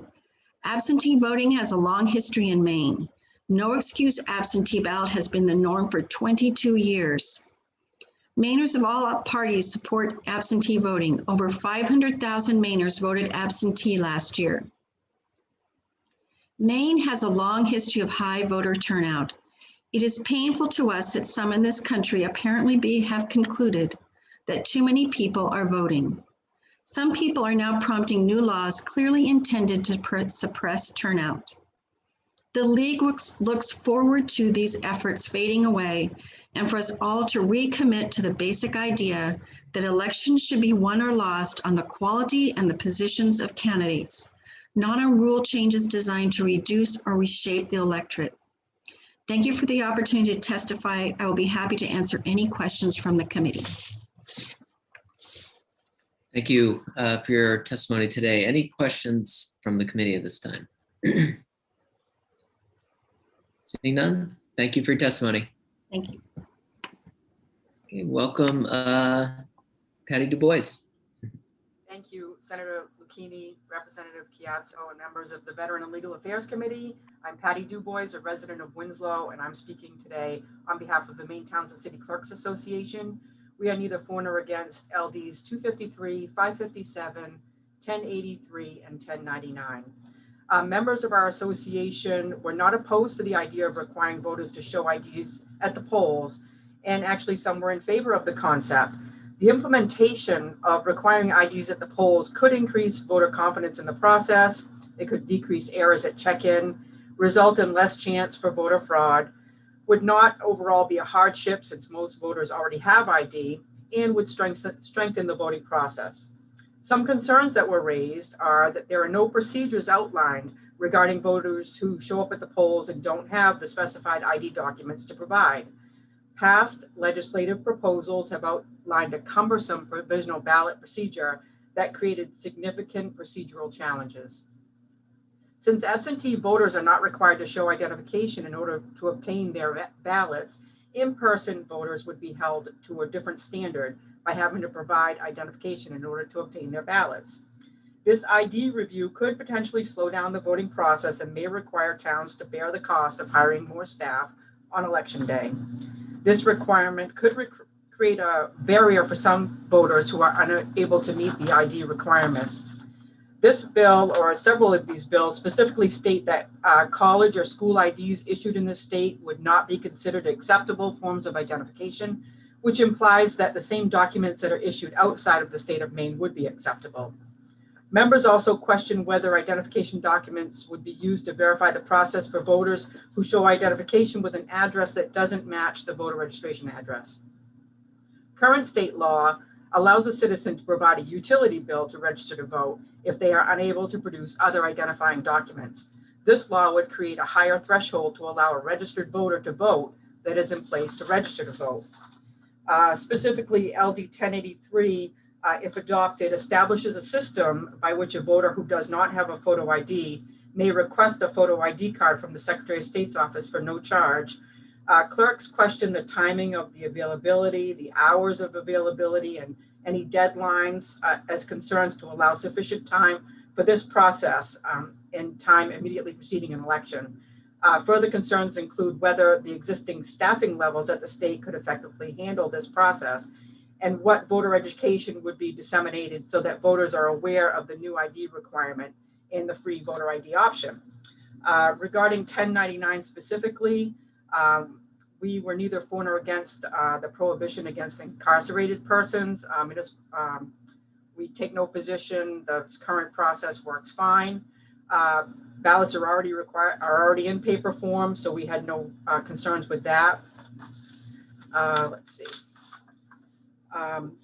Accepting ballots after the polls close, we're opposed to that. Current law already prohibits that. Prohibiting buying a person's vote, we're neither for nor against. That's already covered in existing law. Removing no excuse absentee voting, we are opposed to that section. Our members note that the current system is secure and provides for voter convenience. Such a drastic change could result in voter confusion, since many municipalities see upwards of 50% of voter turnout by absentee voting. Removing this option may serve as a deterrent to voting. Requiring absentee ballots be delivered by 2 people seems cumbersome, and we question how that could be administered. Thank you, Representative Chiazzo, for keeping me on task this morning. Thank you, Ms. Du Bois. He has the tough job, I guess. Any questions at this time from the committee? Senator Farron. Thank you, Mr. Chair. Thank you, Patty, for being here. Always good to see you. One of the things that we heard in previous testimony was about concerns over long wait lines and processing folks, verifying that ID. Have the clerks talked about that a little bit, and do you have any opinion of how that might, slow the process down? Right. Well, yes. In fact, we have talked about that topic for several legislative cycles. This bill comes around every couple of years. So the concern isn't necessarily checking the ID at check-in. That would delay for a few seconds each voter, which, multiplied by hundreds or thousands of times, has the potential to back up lines, of course. That would probably require a little bit more staffing, more check-in lines, that sort of thing. The bigger concern is what happens when a voter doesn't have the appropriate ID and the process that needs to be followed for that. And in the past, there's been a multi-page provisional ballot system that was clunky and cumbersome and would potentially really delay the process, and in fact would require some voters to have the ability to come back later in the day to correct their provisional ballot at the polls, which means that you're waiting on that same voter twice. So that has the ability or the potential to create some confusion and bigger crowds at the polling place. Great. Ready? Thank you. There we go. Yeah. Representative Corey. Thank you, Mr. Chair. Thank you for being here, Mrs. DeVore. You had mentioned that it would help with accuracy at check-in time. Like, how would it help with accuracy at check-in time? Well, with the example that you provided, checking the wrong, or Representative Kinney provided, checking the wrong name off when there's a junior or a third name and you check the wrong name off the list. It's an easy error to make on a very long day. So it might help, make that process a little more accurate. But as was mentioned previously, having humans involved in the process, there's always going to be some, percentage of error rate, even with the best election clerks. I would add that there is the challenge ballot process that allows for the voter that shows up that's already been checked off the list to cast their ballot in a challenged manner, and then we can kind of flesh that out after the election. So voters with the current system shouldn't be disenfranchised by that type of error.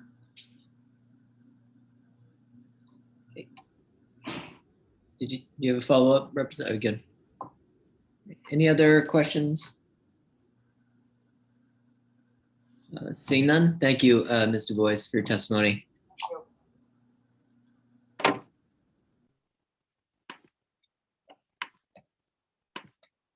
Okay, that concludes the list of people who have registered to testify this morning. Unless there's someone else in the waiting room who wishes to testify who has not had the opportunity. Seeing none, so with that, I will close the public hearing on this block of bills, which is LD 253, 557, 1083, and 1099. Okay, so we've got another block of public hearings beginning at 1 o'clock. Looks like 4 separate bills. They're all actually fairly different from one another. So we will, the committee will recess until 1 o'clock. Representative Tuttle. Mr. Chair, just briefly, the old greenhouse is down and the new greenhouse is going up this afternoon. And I wanted to wish Representative John Martin well, Mr. Speaker, quick recovery and best wishes.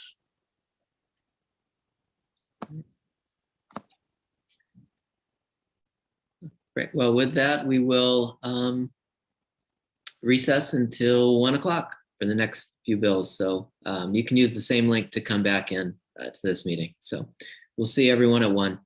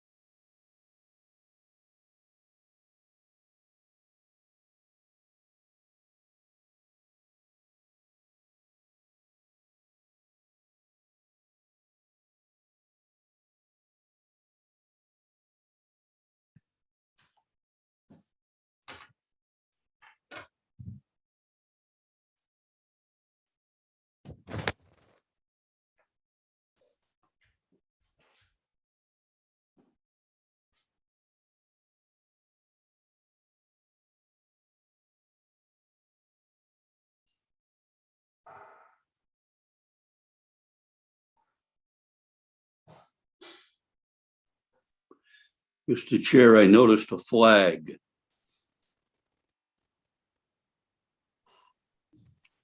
Yeah, this is up in the chair's office. Do you still have my old Irish flag up there? No, that's not up here. We got the main one over here. Okay, well, Yeah. we'll have to, yeah. Now, mine was flown over the State House back when Governor McKernan was the governor on the vetoing of the divestiture bill, and I ended up giving that to Eddie Gorham on his retirement from the AFL-CIO.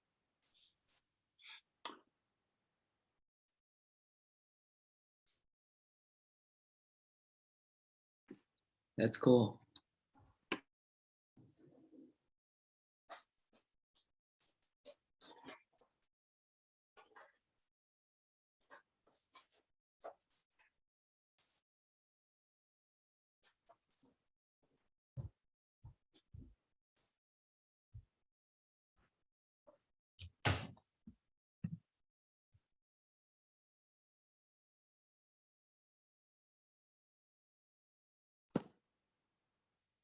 Well, Chairman Chiazzo, I don't know if Senator Lucchini had told you that a few years back, we actually burned some wood in that fireplace and it still works. They weren't that happy about it, but we still did it. I don't know if I'm ready to put that to the test yet. I've only seen the physical room once, and that was a quick run by the very first committee meeting we had. So I haven't been there yet.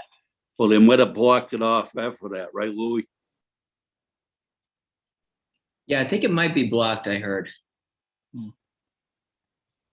Well, what's blocked can always be unblocked. I mean, that's kind of what we do. We can get one of those gas rigs, Chris. There you go. That's right. All right, we'll give it another minute just to get more people in here, and then we'll start with the afternoon bills.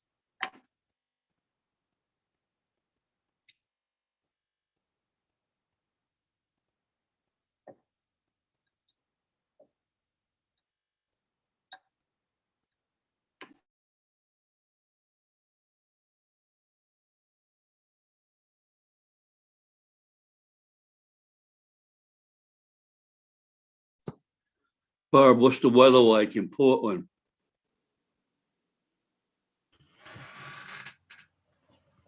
Cloudy. Cloudy, yeah, you're closer to the ocean, I guess, you know. Why, are you getting sun in Sanford? Yeah, we are, yeah. It's kind of Probably cloudy up. here in Westbrook. Well, yeah, that's from the mills, Morgan. Yeah. When we used to play football there, they turned on the mills, and that was a tremendous advantage in a football game. Yeah, I bet. Yeah. Well, it used to be when it used to rain. I mean, before I was alive, but older Westbrook residents would talk about when it would rain, the cars would be like multicolored because of the acid rain.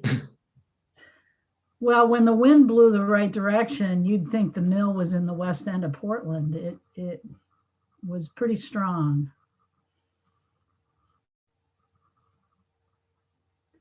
And I guess I'm that much older than you, Morgan? Yes. Because that, I don't know when that changed, because it was SD Warren, and then in the 90s it was bought by Sappy, renamed Sappy. I mean, I feel like most people still refer to it as SD Warren. Right. Yeah. There were a lot of environmental regulations that were put on in the 90s that captured the sulfur on the back end, so you didn't have that rotten egg smell coming out of the mills. Yeah, I think that also kind of plus with also a lot with the river cleanup as well, because the river is way cleaner than it was decades ago. In a past life, I worked for a company in Connecticut doing boiler inspections, and we actually came to the Westbrook. This was before your time. Went to the Westbrook mill after the flood, and you could see the watermark on the first floor of the mill. It was like probably a good 20 feet up the wall. All the pumps, everything had to be motors, everything had to be replaced. But it was really eerie to see the water had gotten that high up from the river. It was pretty weird. Now, Chris, was that before the snake or after? During, actually. During, yeah.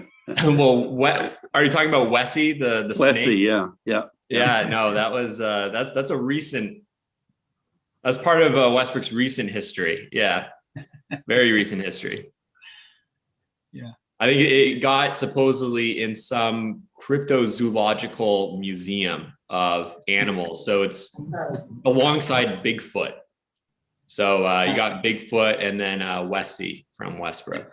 Wasn't the place that it lived on the ice circles that they were forming in the I think, river? yeah. Westbrook has had a lot of weird events. Then we also had the ice circle.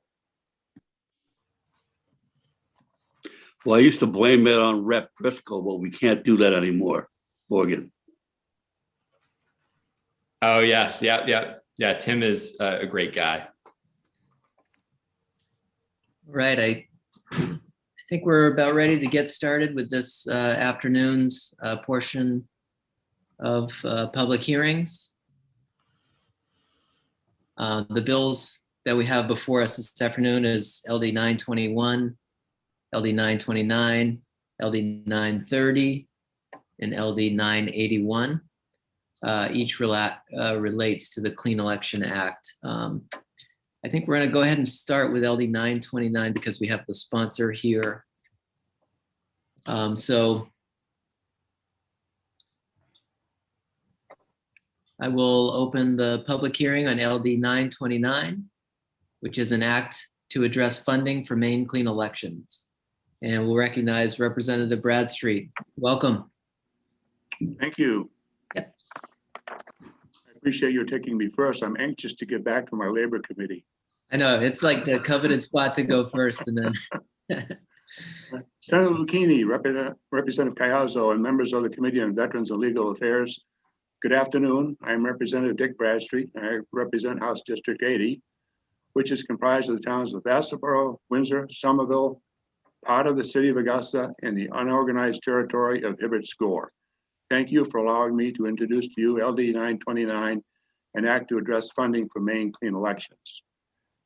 This bill, quite frankly, arises from my observations this past election season when I noticed repeated ads for a number of legislative candidates that appeared to me not only repetitive, but ubiquitous and much larger than they really needed to be.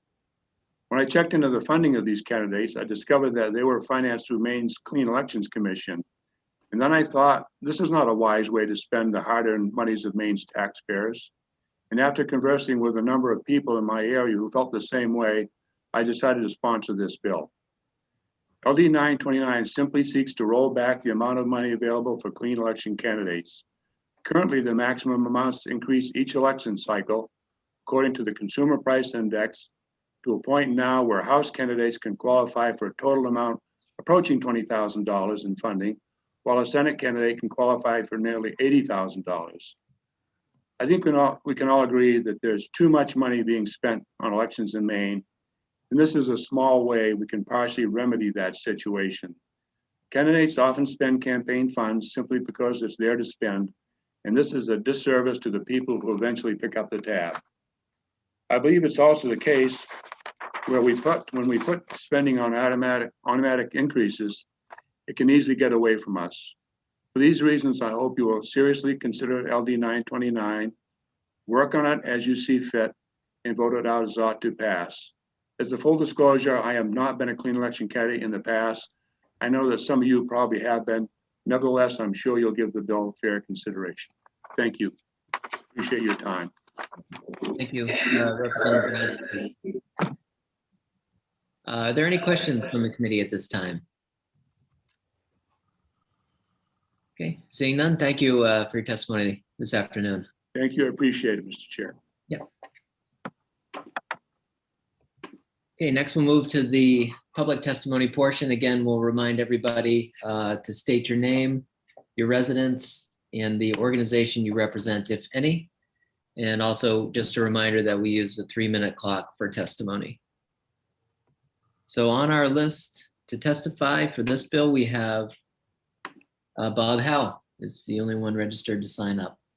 So we'll bring him into the meeting.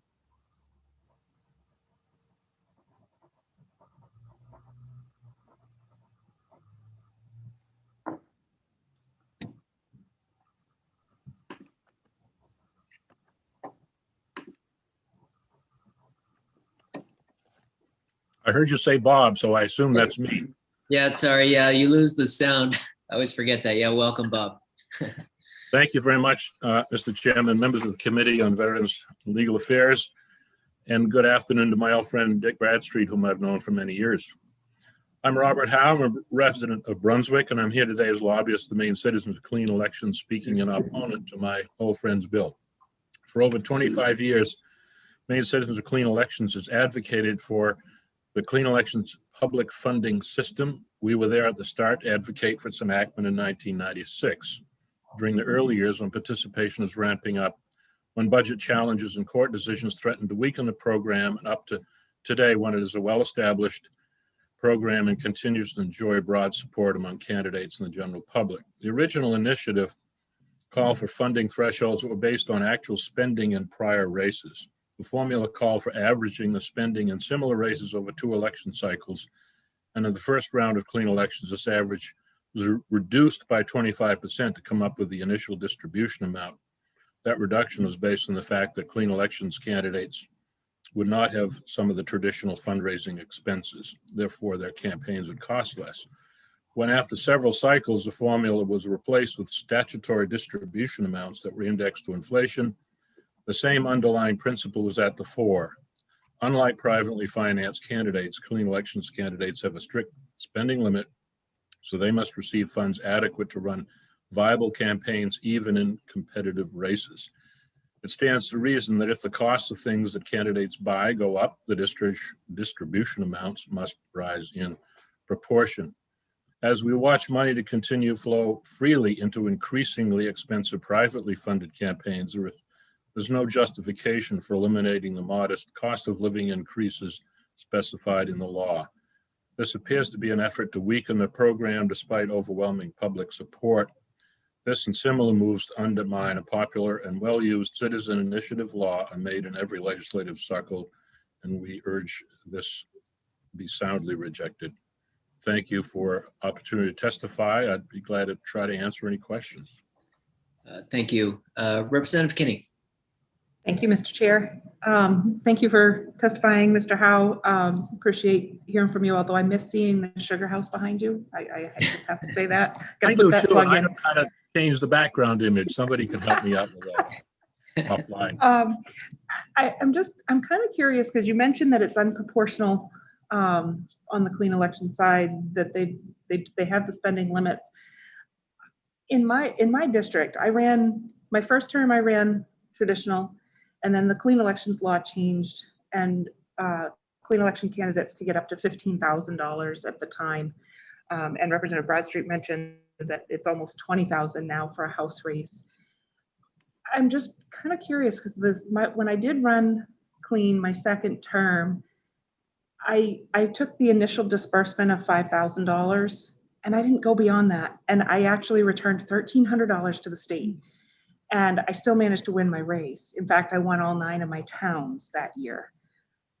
I'm just trying to wrap my head around $20,000 to run against me, maybe, or because I've run traditional my last 2 terms, because some of the things with the clean elections, I didn't find them clean in that definition. There's just so many hoops to try to jump through, and it just didn't make sense to me the way that it worked. And to take taxpayer money for something, to buy a lawn sign or to buy a radio ad or to buy a tablet, which my opponent had done that year, it just kind of amazes me to think that this kind of money is being spent.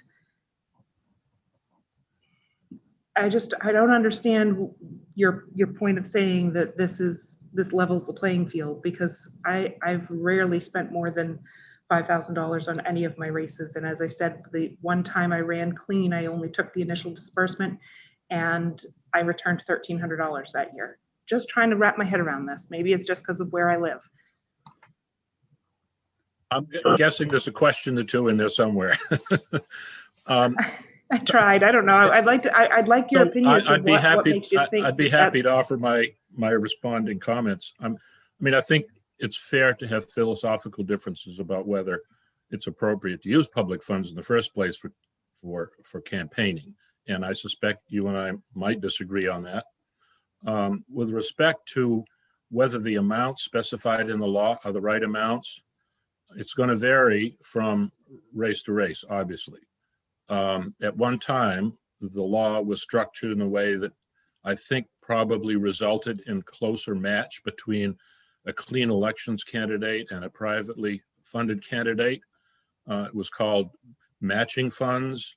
If one's opponent, a privately funded opponent, ramped up their spending, then the clean elections candidate could get additional distributions based on that. But that was ruled unconstitutional. So the alternative has ended up being specific amounts instead that are not based on what one's opponent spends, because that is precisely what was ruled unconstitutional. Other candidates, clean elections candidates, do return funds.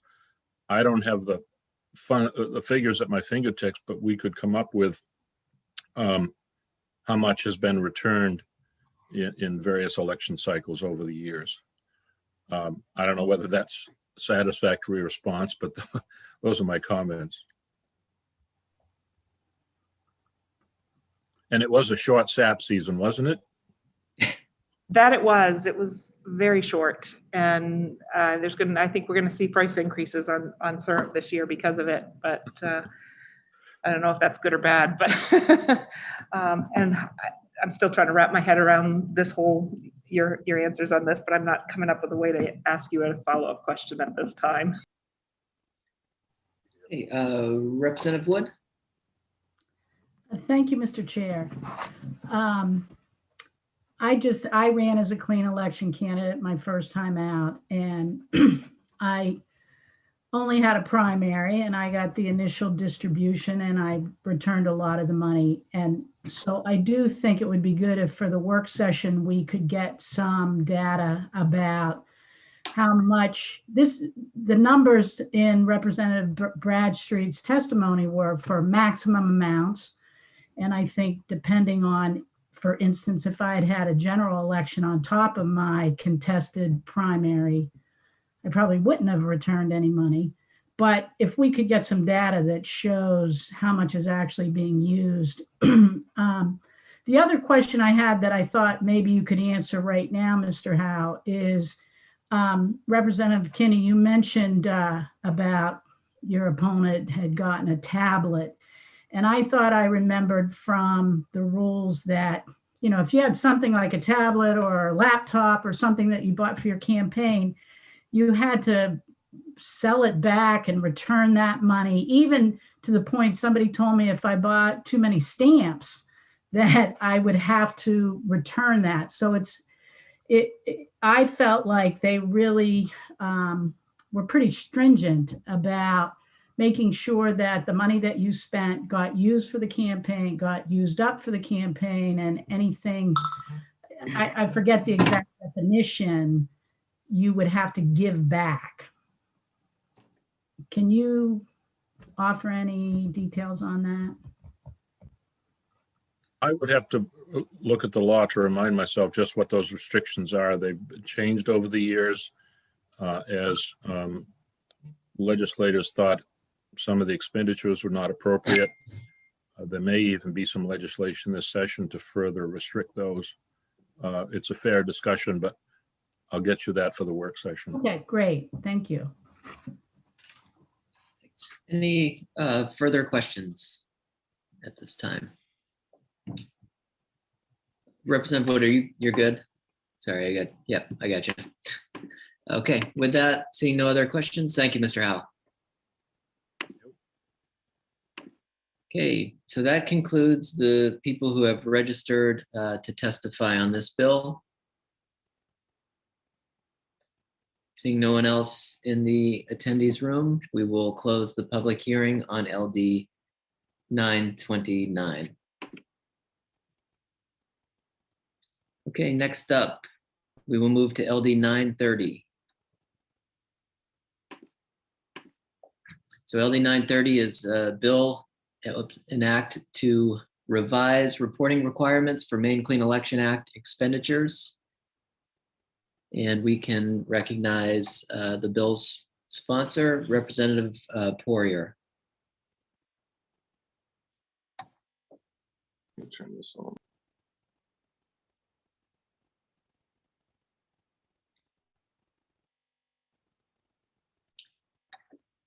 I think if you can hear us, Representative Poirier, you have the floor. Oh, there you are. Great. Welcome. Thank you. I apologize. I'm in judiciary at the same time, so I'm trying to switch between committees here. I'm trying to follow along. Thank you for your patience. Okay. Thank you very much. Senator Lucchini, Representative Ciazzo, and members of the Joint Standing Committee on Veterans and Legal Affairs. My name is Jennifer Poirier, and I represent House District 107, which is comprised of Skowhegan and part of Madison. I'm pleased to be before you today to present LD 930, an act to revise reporting requirements for Maine Clean Elections Act expenditures. I submitted this bill as a concept draft. After further research, I feel the more accurate title would be an act to revise reporting requirements for Clean Elections Act expenditures and increase campaign finance transparency. Current Maine law requires that all expenditures be reported. Such expenditures are available for the public to view through the ethics webpage. When viewing the expenditure report, a person would see the date, payee, type of expenditure, total amount paid, and a basic overview of what the expenditure was. An example is the candidate spent $4,800 on September 1st, 2020 with media company for the purpose of campaign materials with the type of expenditure listed as literature. A major concern brought up by members of the public is that several candidates utilize the same media publication firms and report large blanket expenditures. Members of the public question if funds are being spent on their candidate or if the funds are being pooled between candidates utilizing the same firm. LD 930 proposes more transparency in expenditure reporting. Maine Clean Elections are publicly funded campaigns, and more detail of expenditures should be disclosed for public viewing. Large expenditures, like the one used in the example, deserve to be broken down more detailed and viewable to the public. And I propose amending current expenditure reporting laws to require an itemized summary of invoices in excess of $1,000. Election integrity is extremely important and we must practice due diligence to ensure that people of Maine have confidence in our election procedures. Thank you for your consideration, and I'm happy to answer any questions that you might have for me. Great. Thank you for your testimony. Representative Kinney.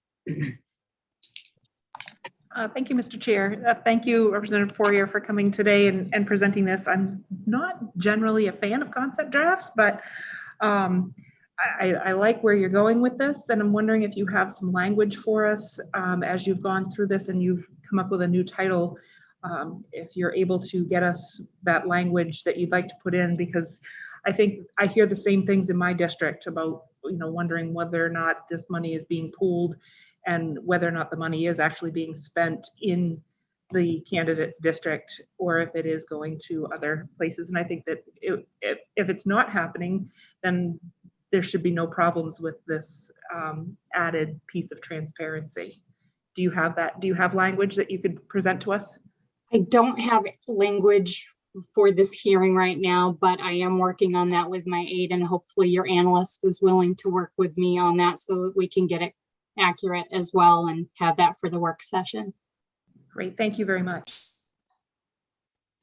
Representative Wood. Thank you, Mr. Chair. Representative Poirier, nice to meet you. I think it's the first time. I just had a question. I don't know if you know the answer because it's a detail probably of the current Act. But in the example that you gave, if it was determined that there was a pooling of money between candidates, would that be determined to be not allowed? Because that's, I guess that would be my understanding, is that I understand what you're saying is that it might make it harder to determine, but if it was determined, would that be disallowed? Thank you very much for the question, Representative Wood. I don't know a specific answer to that, if it is considered illegal under the Clean Elections or not. I mean, I would assume that those funds are supposed to be for that candidate. Right. You know, that's how I would assume Clean Elections, that's what it's meant for. And I believe that having the details would help deter anything like that from happening. But mainly, I think the transparency is very important. These are publicly funded campaigns. Mm-hmm. And when somebody goes to those reports to view what monies are being spent on, they're just seeing one blanket amount, a large amount sometimes, and there's no breakdown of what it's for. So the public has no idea of knowing where the money that they put into these campaigns is going. So if we could just, if I could get an answer to that for the work session, I'd certainly. Okay, thank you. Thank you. Any other questions at this time? Okay, seeing none. Thank you, Representative, for your testimony. Thank you. Okay, next up we have Bob Howe.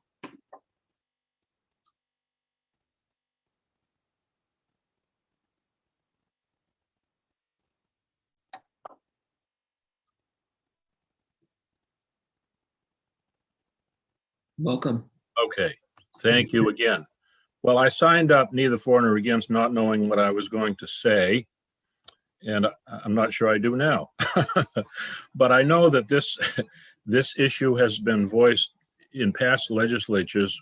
Whether it ever manifested itself in legislation, I want to go back and check. And if so, what position my client took, because I think we ought to try to be consistent. I will just say generally that Maine Citizens for Clean Elections supports the idea of transparency. So perhaps I'll have a little more to contribute before the work session. Thank you. Thank you, Mr. Howe. Any questions? I know it's tough to testify on sometimes on concept bills. Okay, seeing none. Thank you, Mr. Howe. Okay, that concludes the list of people who were registered to testify on this bill today. So I will close the public hearing on LD 930.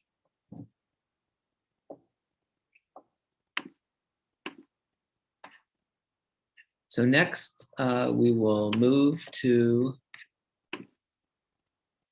LD 981, which is an act to strengthen the integrity of the Maine Clean Election Act by limiting the amount of money paid to political operatives. And for that, we'll recognize the sponsor, Representative Morris. Welcome. Thank you, Mr. Chairman.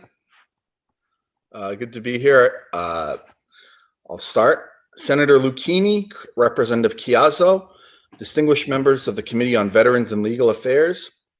My name is Representative Joshua Morris, and I represent the people of Leeds, Livermore, and Turner.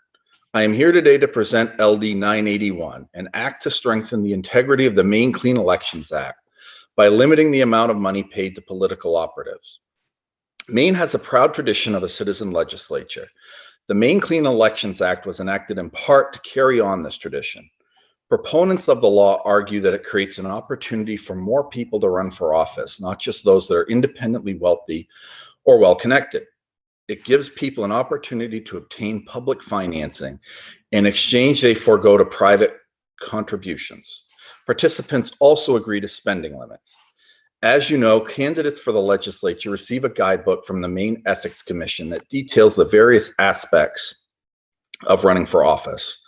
Clean elections guidebooks advise candidates that the money they receive should not be used on items typically not associated with that level of a campaign.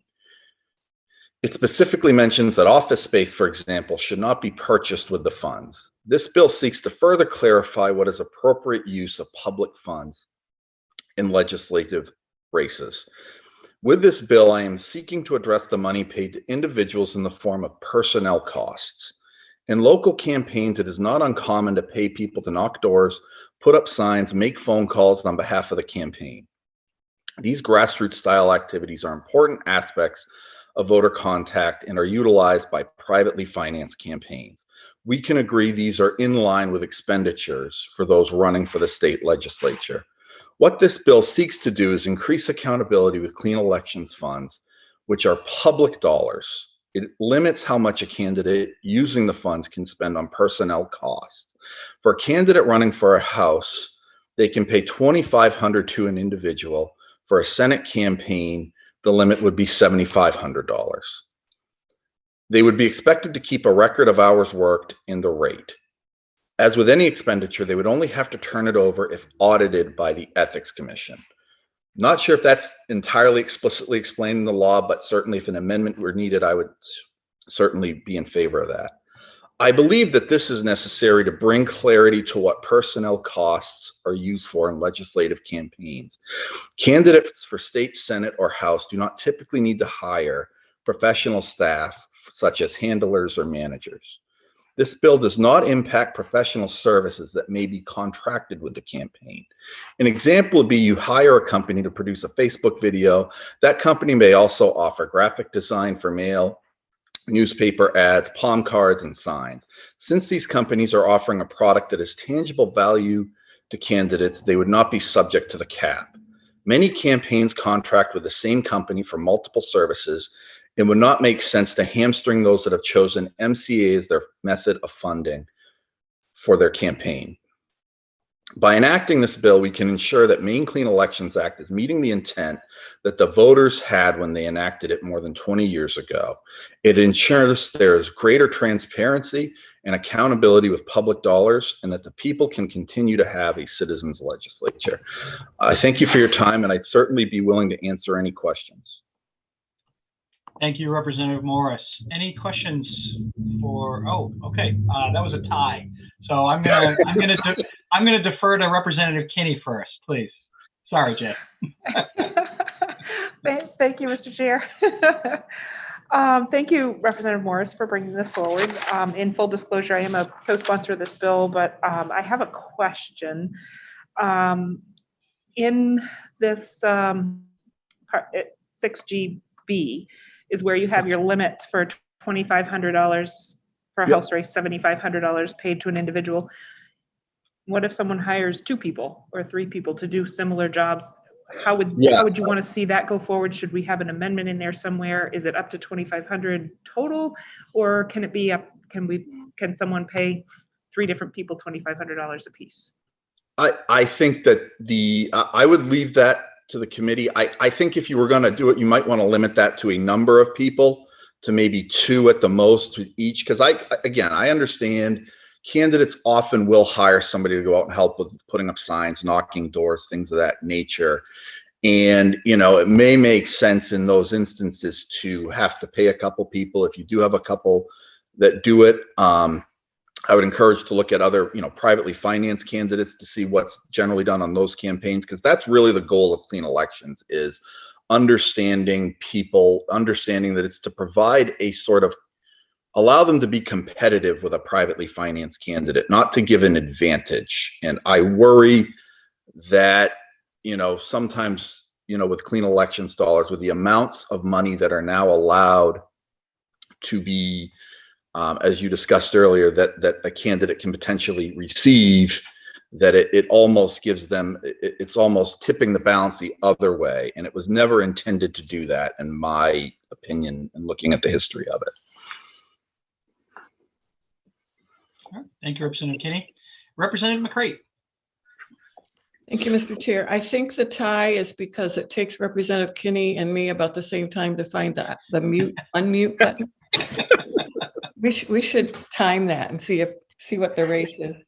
I was going to ask the same question, but I also wondered, Representative Morris, you sort of answered this, but are you thinking more about somebody who hires like a campaign manager as opposed to somebody who gets literature printed and? Yes. Yeah. I mean, like I said, I understand because I think there's a lot of the same vendors that we use and they may do multiple services. Because under the election disclosure, there's pro services and there's personnel costs. And so it's really if that company is not providing a tangible benefit in terms of something that you can touch, like a palm card that you can touch or a video that you see, something of that nature. If all they're doing is really just working on the campaign, perhaps providing if they're making phone calls, putting up signs, even if they're kind of coordinating those efforts, I think it's appropriate to limit how much you're paying somebody in that situation, just because again, it's not something that's generally associated with a local campaign. It's generally, certainly for candidate races for governor and so forth, you're going to hire professional staff because there's no way you can run for governor without that. For a local campaign, you can very easily run without having to have a professional campaign manager that you contract with. I think having these personnel costs be limited to the numbers that I have in the bill is an appropriate way to ensure the integrity of the clean elections program and also ensure that we have a citizens legislature. Thank you. Can I follow up, Mr. Chair? Yeah, go ahead, Jen.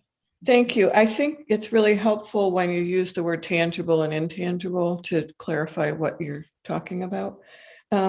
So another question, it sounds like this wouldn't impact what's already in the clean elections program, that you can, for example, reimburse somebody for their gas if they're driving. No, not at all. Not at all. If I understand again that you're even allowed to claim up to, I think it's the same as what we get, 44 cents per mile for your mileage, would not impact that at all either. That is still certain, that would still be allowed. Yeah, thank you. Thank you, Representative McCrate. Any other questions for Representative Morris? Seeing none, thank you, sir, for your testimony and for introducing the bill for us. Thank you. Up next, we'll have Bob Howe. Again, I think we should just leave you in for the afternoon, Bob, instead of bouncing you back and forth. And he'll be followed by Director Jonathan Wing. So, Mr. Howe, when you're ready, sir. Thank you for putting me up earlier, because I take longer to find the unmute button than anybody else, I think. Bob Howe, again, Brunswick, Maine Citizens for Clean Elections. We oppose LD 981 because it puts constraints on an MCEA candidate that privately funded candidates do not face. In a competitive election, the clean elections candidate should be free to choose a campaign strategy that they believe offers them the best chance of victory. MCEA candidates are already subject to strict spending limits and appropriate parameters as to what are allowable expenditures. As long as MCEA candidate expenditures are for legitimate campaign expenses, and I would submit that non-intangible services can be of great benefit in a competitive race. State government should not be in the business of dictating campaign strategy. In a competitive election where trade-offs must be made, where each expense has a cost of opportunity, the state should not be the arbiter of which strategy is the appropriate one. The spirit and essence of the Maine Clean Elections Act was to allow candidates to run and win. Each candidate faces a unique combination of electoral demographics, personal circumstance, and competitive adversaries. Each candidate must be allowed the opportunity to judge for themselves the path that promises the greatest opportunity for victory. This bill would deny MCEA candidates the freedom to choose to compete in their own terms, and we urge it be given an ought not to pass vote. And thank you for the opportunity to speak. Thank you, Mr. Howe. Any questions from the committee? All right, seeing none. Thank you, sir. You might as well just sit tight right there, and we'll I think you're on the next one as well. So Next up, Director Wayne. Sir, the floor is yours when you're ready. Sure. Thank you very much, Representative Chiazzo and distinguished members of the committee. I'm Jonathan Wayne from the State Ethics Commission. I'm mostly going to rely on my written testimony. I just wanted to supplement the information you received earlier to mention that this does impact the way candidates would contract with individuals, or just even for like 1 day's worth of work. So the candidate would have to base their compensation to the individual on an hourly basis. That's not currently a requirement. And then for any individual who is providing services other than these professional communication production services that are sort of exempt, the candidate would have to get from this individual some kind of hourly time log, and then that would be among the records that the candidate would have to keep. And that's true no matter the kinds of services other than these communication production services. It's just it's a tweaking of the documentation requirements that would affect any clean election night candidate that was paying an individual.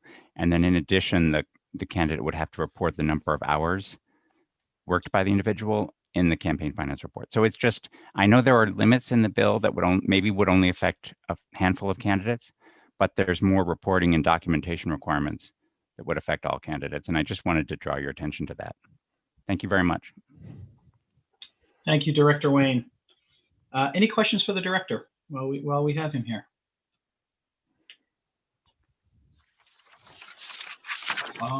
Representative McCrate. I was even slower that time.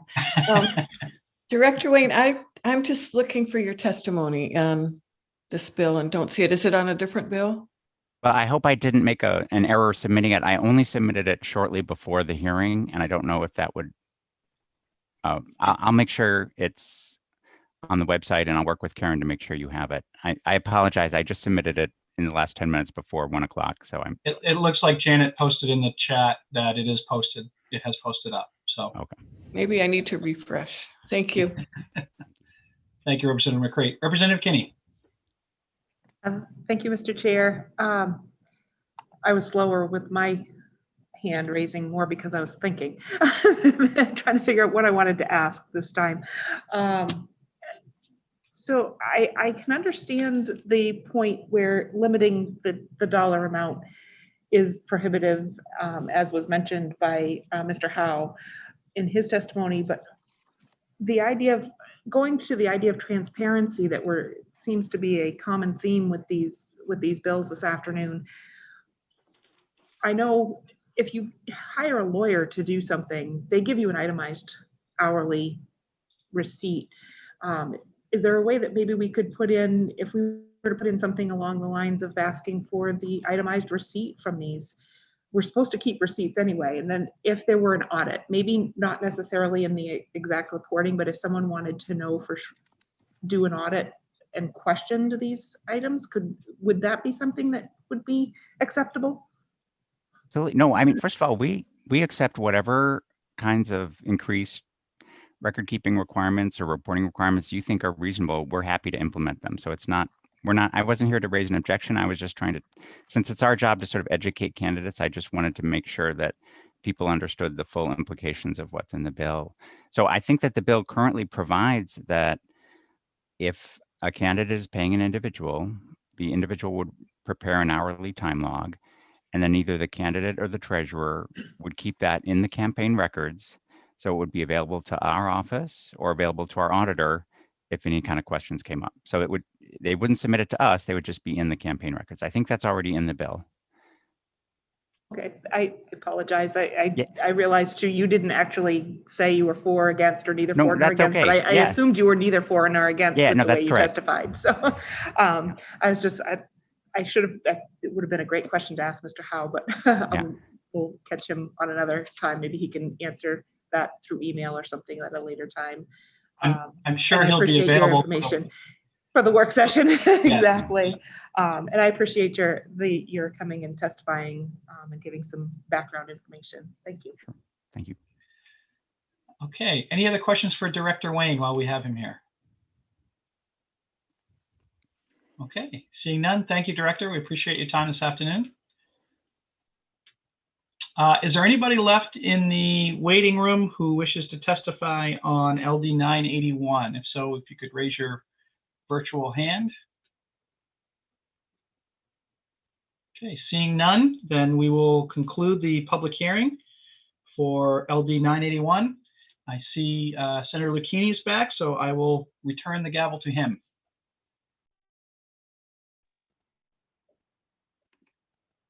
Great, thank you. Thank you, Mr. Chair.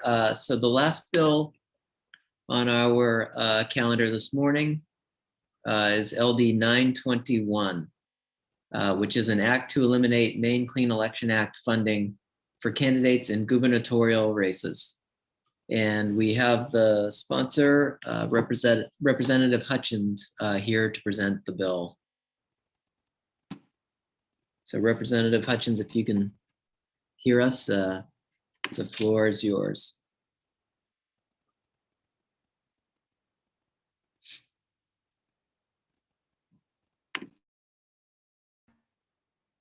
There, I think I got the mute off.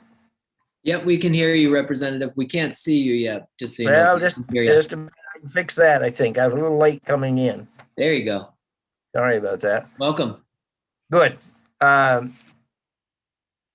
This particular piece of legislation, I put in actually only as a way for the state to better use monies, because in my opinion, and I think in our experiences, is funding, public funding on gubernatorial candidates, is the fact that anyone that is not well known enough to be able to raise funds in traditional fashion is going to perhaps use the this clean election process. But the chances of anyone,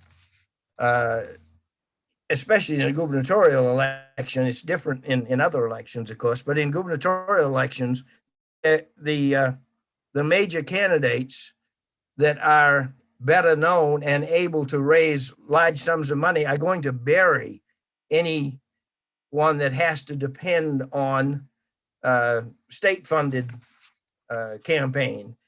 And so the chance of them ever getting elected through it is so remote, in my opinion, that that it's a waste of money to use it for those purposes. And I think we can prove it by in both major parties have had candidates that did some of the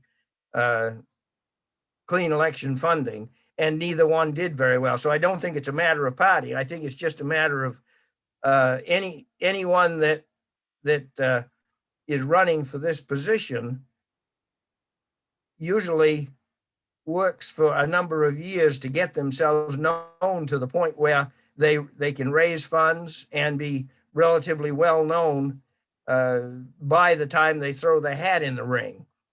And those that cannot and revert back to the public funding for it are limited on the funds, because the funds are limited.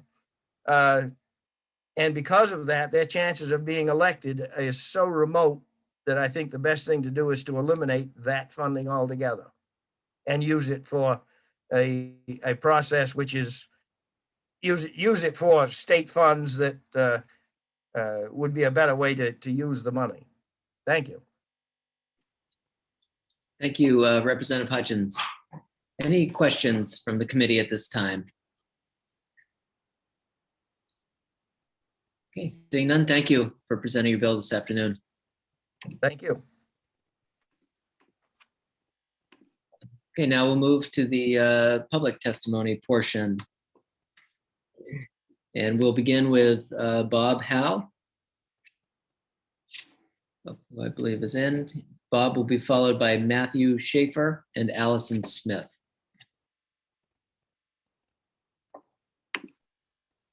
Thank you once again.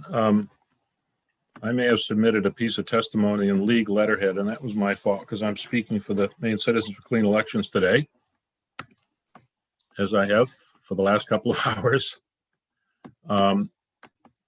Maine Centers for Clean Elections is opposed to the bill for the following reasons. First, it substitutes the legislature's judgment for the clearly expressed will of the voters. The people have spoken loudly, clearly, and repeatedly, and we urge you to respect that decision. Second, we know from thousands of conversations with Maine voters they want a strong clean elections law as one response to a political system that seems increasingly out of touch. From our public opinion polling, we also know that Mainers specifically support the clean election option for gubernatorial candidates. And it's not just the polls. In 2018 alone, 18,000 Maine voters offered concrete support in the form of qualifying contributions to participate in gubernatorial candidates. Third, the purposes served by the public funding option are extremely important in gubernatorial elections, certainly no less than in legislative ones. The governor, after all, is the most powerful elected official in Maine government. Gubernatorial elections are expensive to run, making it much more difficult for a candidate of modest means to wage a successful campaign using only private funding. Not every otherwise qualified candidate relishes the idea of high dollar fundraising, and for some, the need to do that is a deal breaker. Clean Elections offers candidates a chance. Go for private funding and ask people for up to $3,200 each while spending as much of your own money as you can, or use Clean Elections with its limits on spending and ask Maine voters for $5. In each cycle in which Clean Elections was an option, several gubernatorial candidates have opted in. Fourth, it's difficult to qualify gubernatorial public funding. To qualify for just the base amount, gubernatorial candidates in 2018 had to collect 3,200 qualifying contributions. In each cycle, more candidates attempt to use Clean Elections than are able to complete the process. In 2018, there were just 3 who made it over the threshold: 1 Democrat, 1 Republican, and 1 independent. 7 others attempted to qualify but did not make it. Since Clean Elections was first used in a gubernatorial election in 2002, 5 Republicans, 3 Democrats, 2 Green independents, and 2 unenrolled candidates have qualified. Concerns about the corrosive influence of money in politics fuels much worry about the health of our democracy.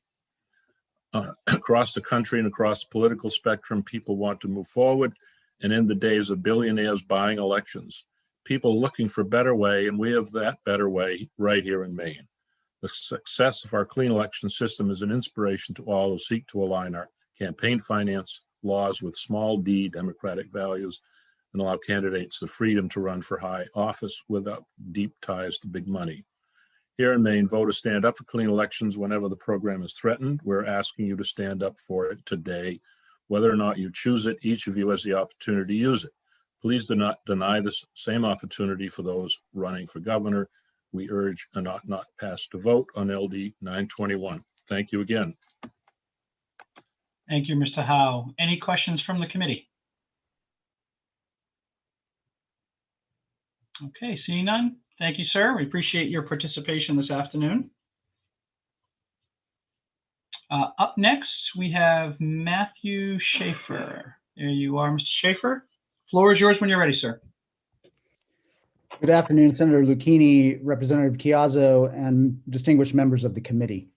My name is Matthew Schaefer. I'm a resident of Portland and appearing today as a volunteer on behalf of the League of Women Voters of Maine. I am testifying in opposition to LD 921.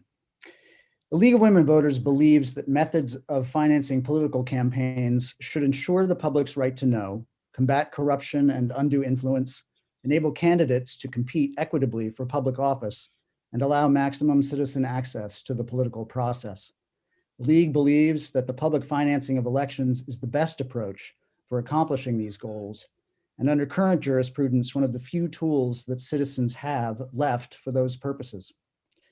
The League has been a champion of campaign finance reform for more than 3 decades. The League is proud to be a founding member of the broad-based, nonpartisan coalition that drafted the original Maine Clean Election Act and collected 65,000 signatures in 1995 to put the Citizens Initiative before the voters. In 2015, the League circulated petitions to collect 81,000 signatures to put a ballot measure before the people to strengthen the Maine Clean Election Act. That measure passed with a 10-point margin and included robust competitive funding for gubernatorial candidates, as well as legislative ones. And we are here again to stand in strong opposition to this repeal effort.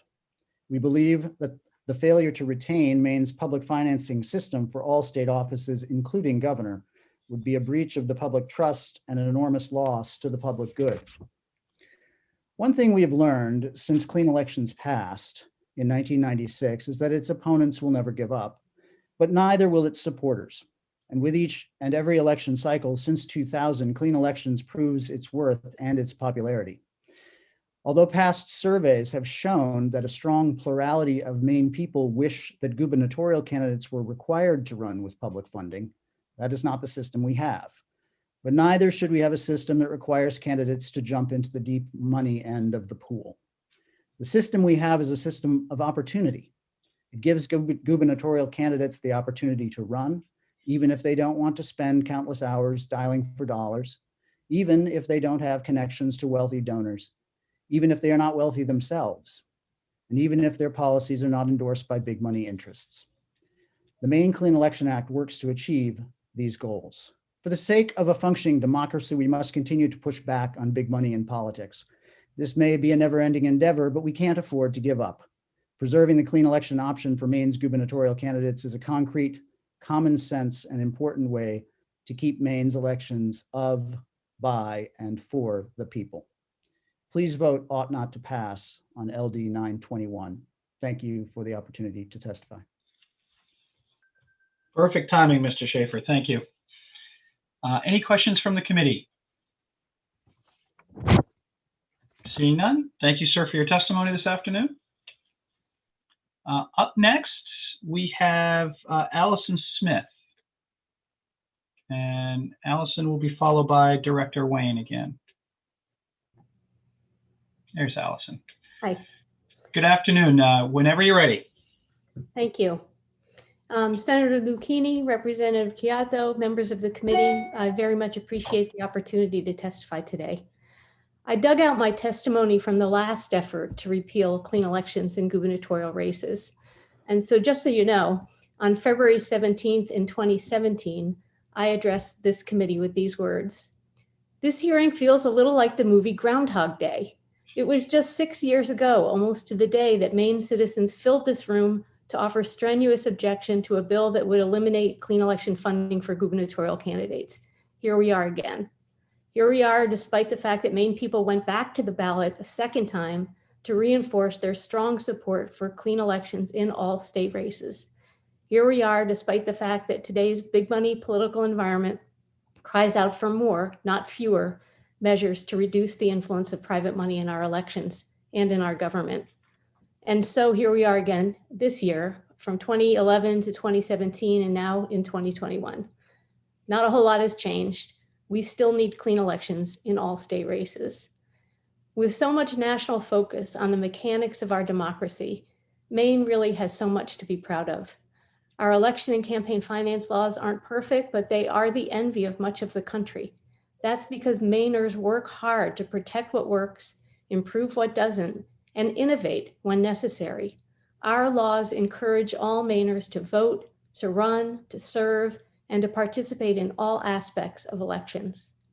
Twice, we have initiated and mustered broad support for clean election public funding bills, and twice, Maine voters came through with decisive victories. In 11 election cycles, candidates from across the political spectrum have run under clean election rules. That includes a dozen candidates for governor.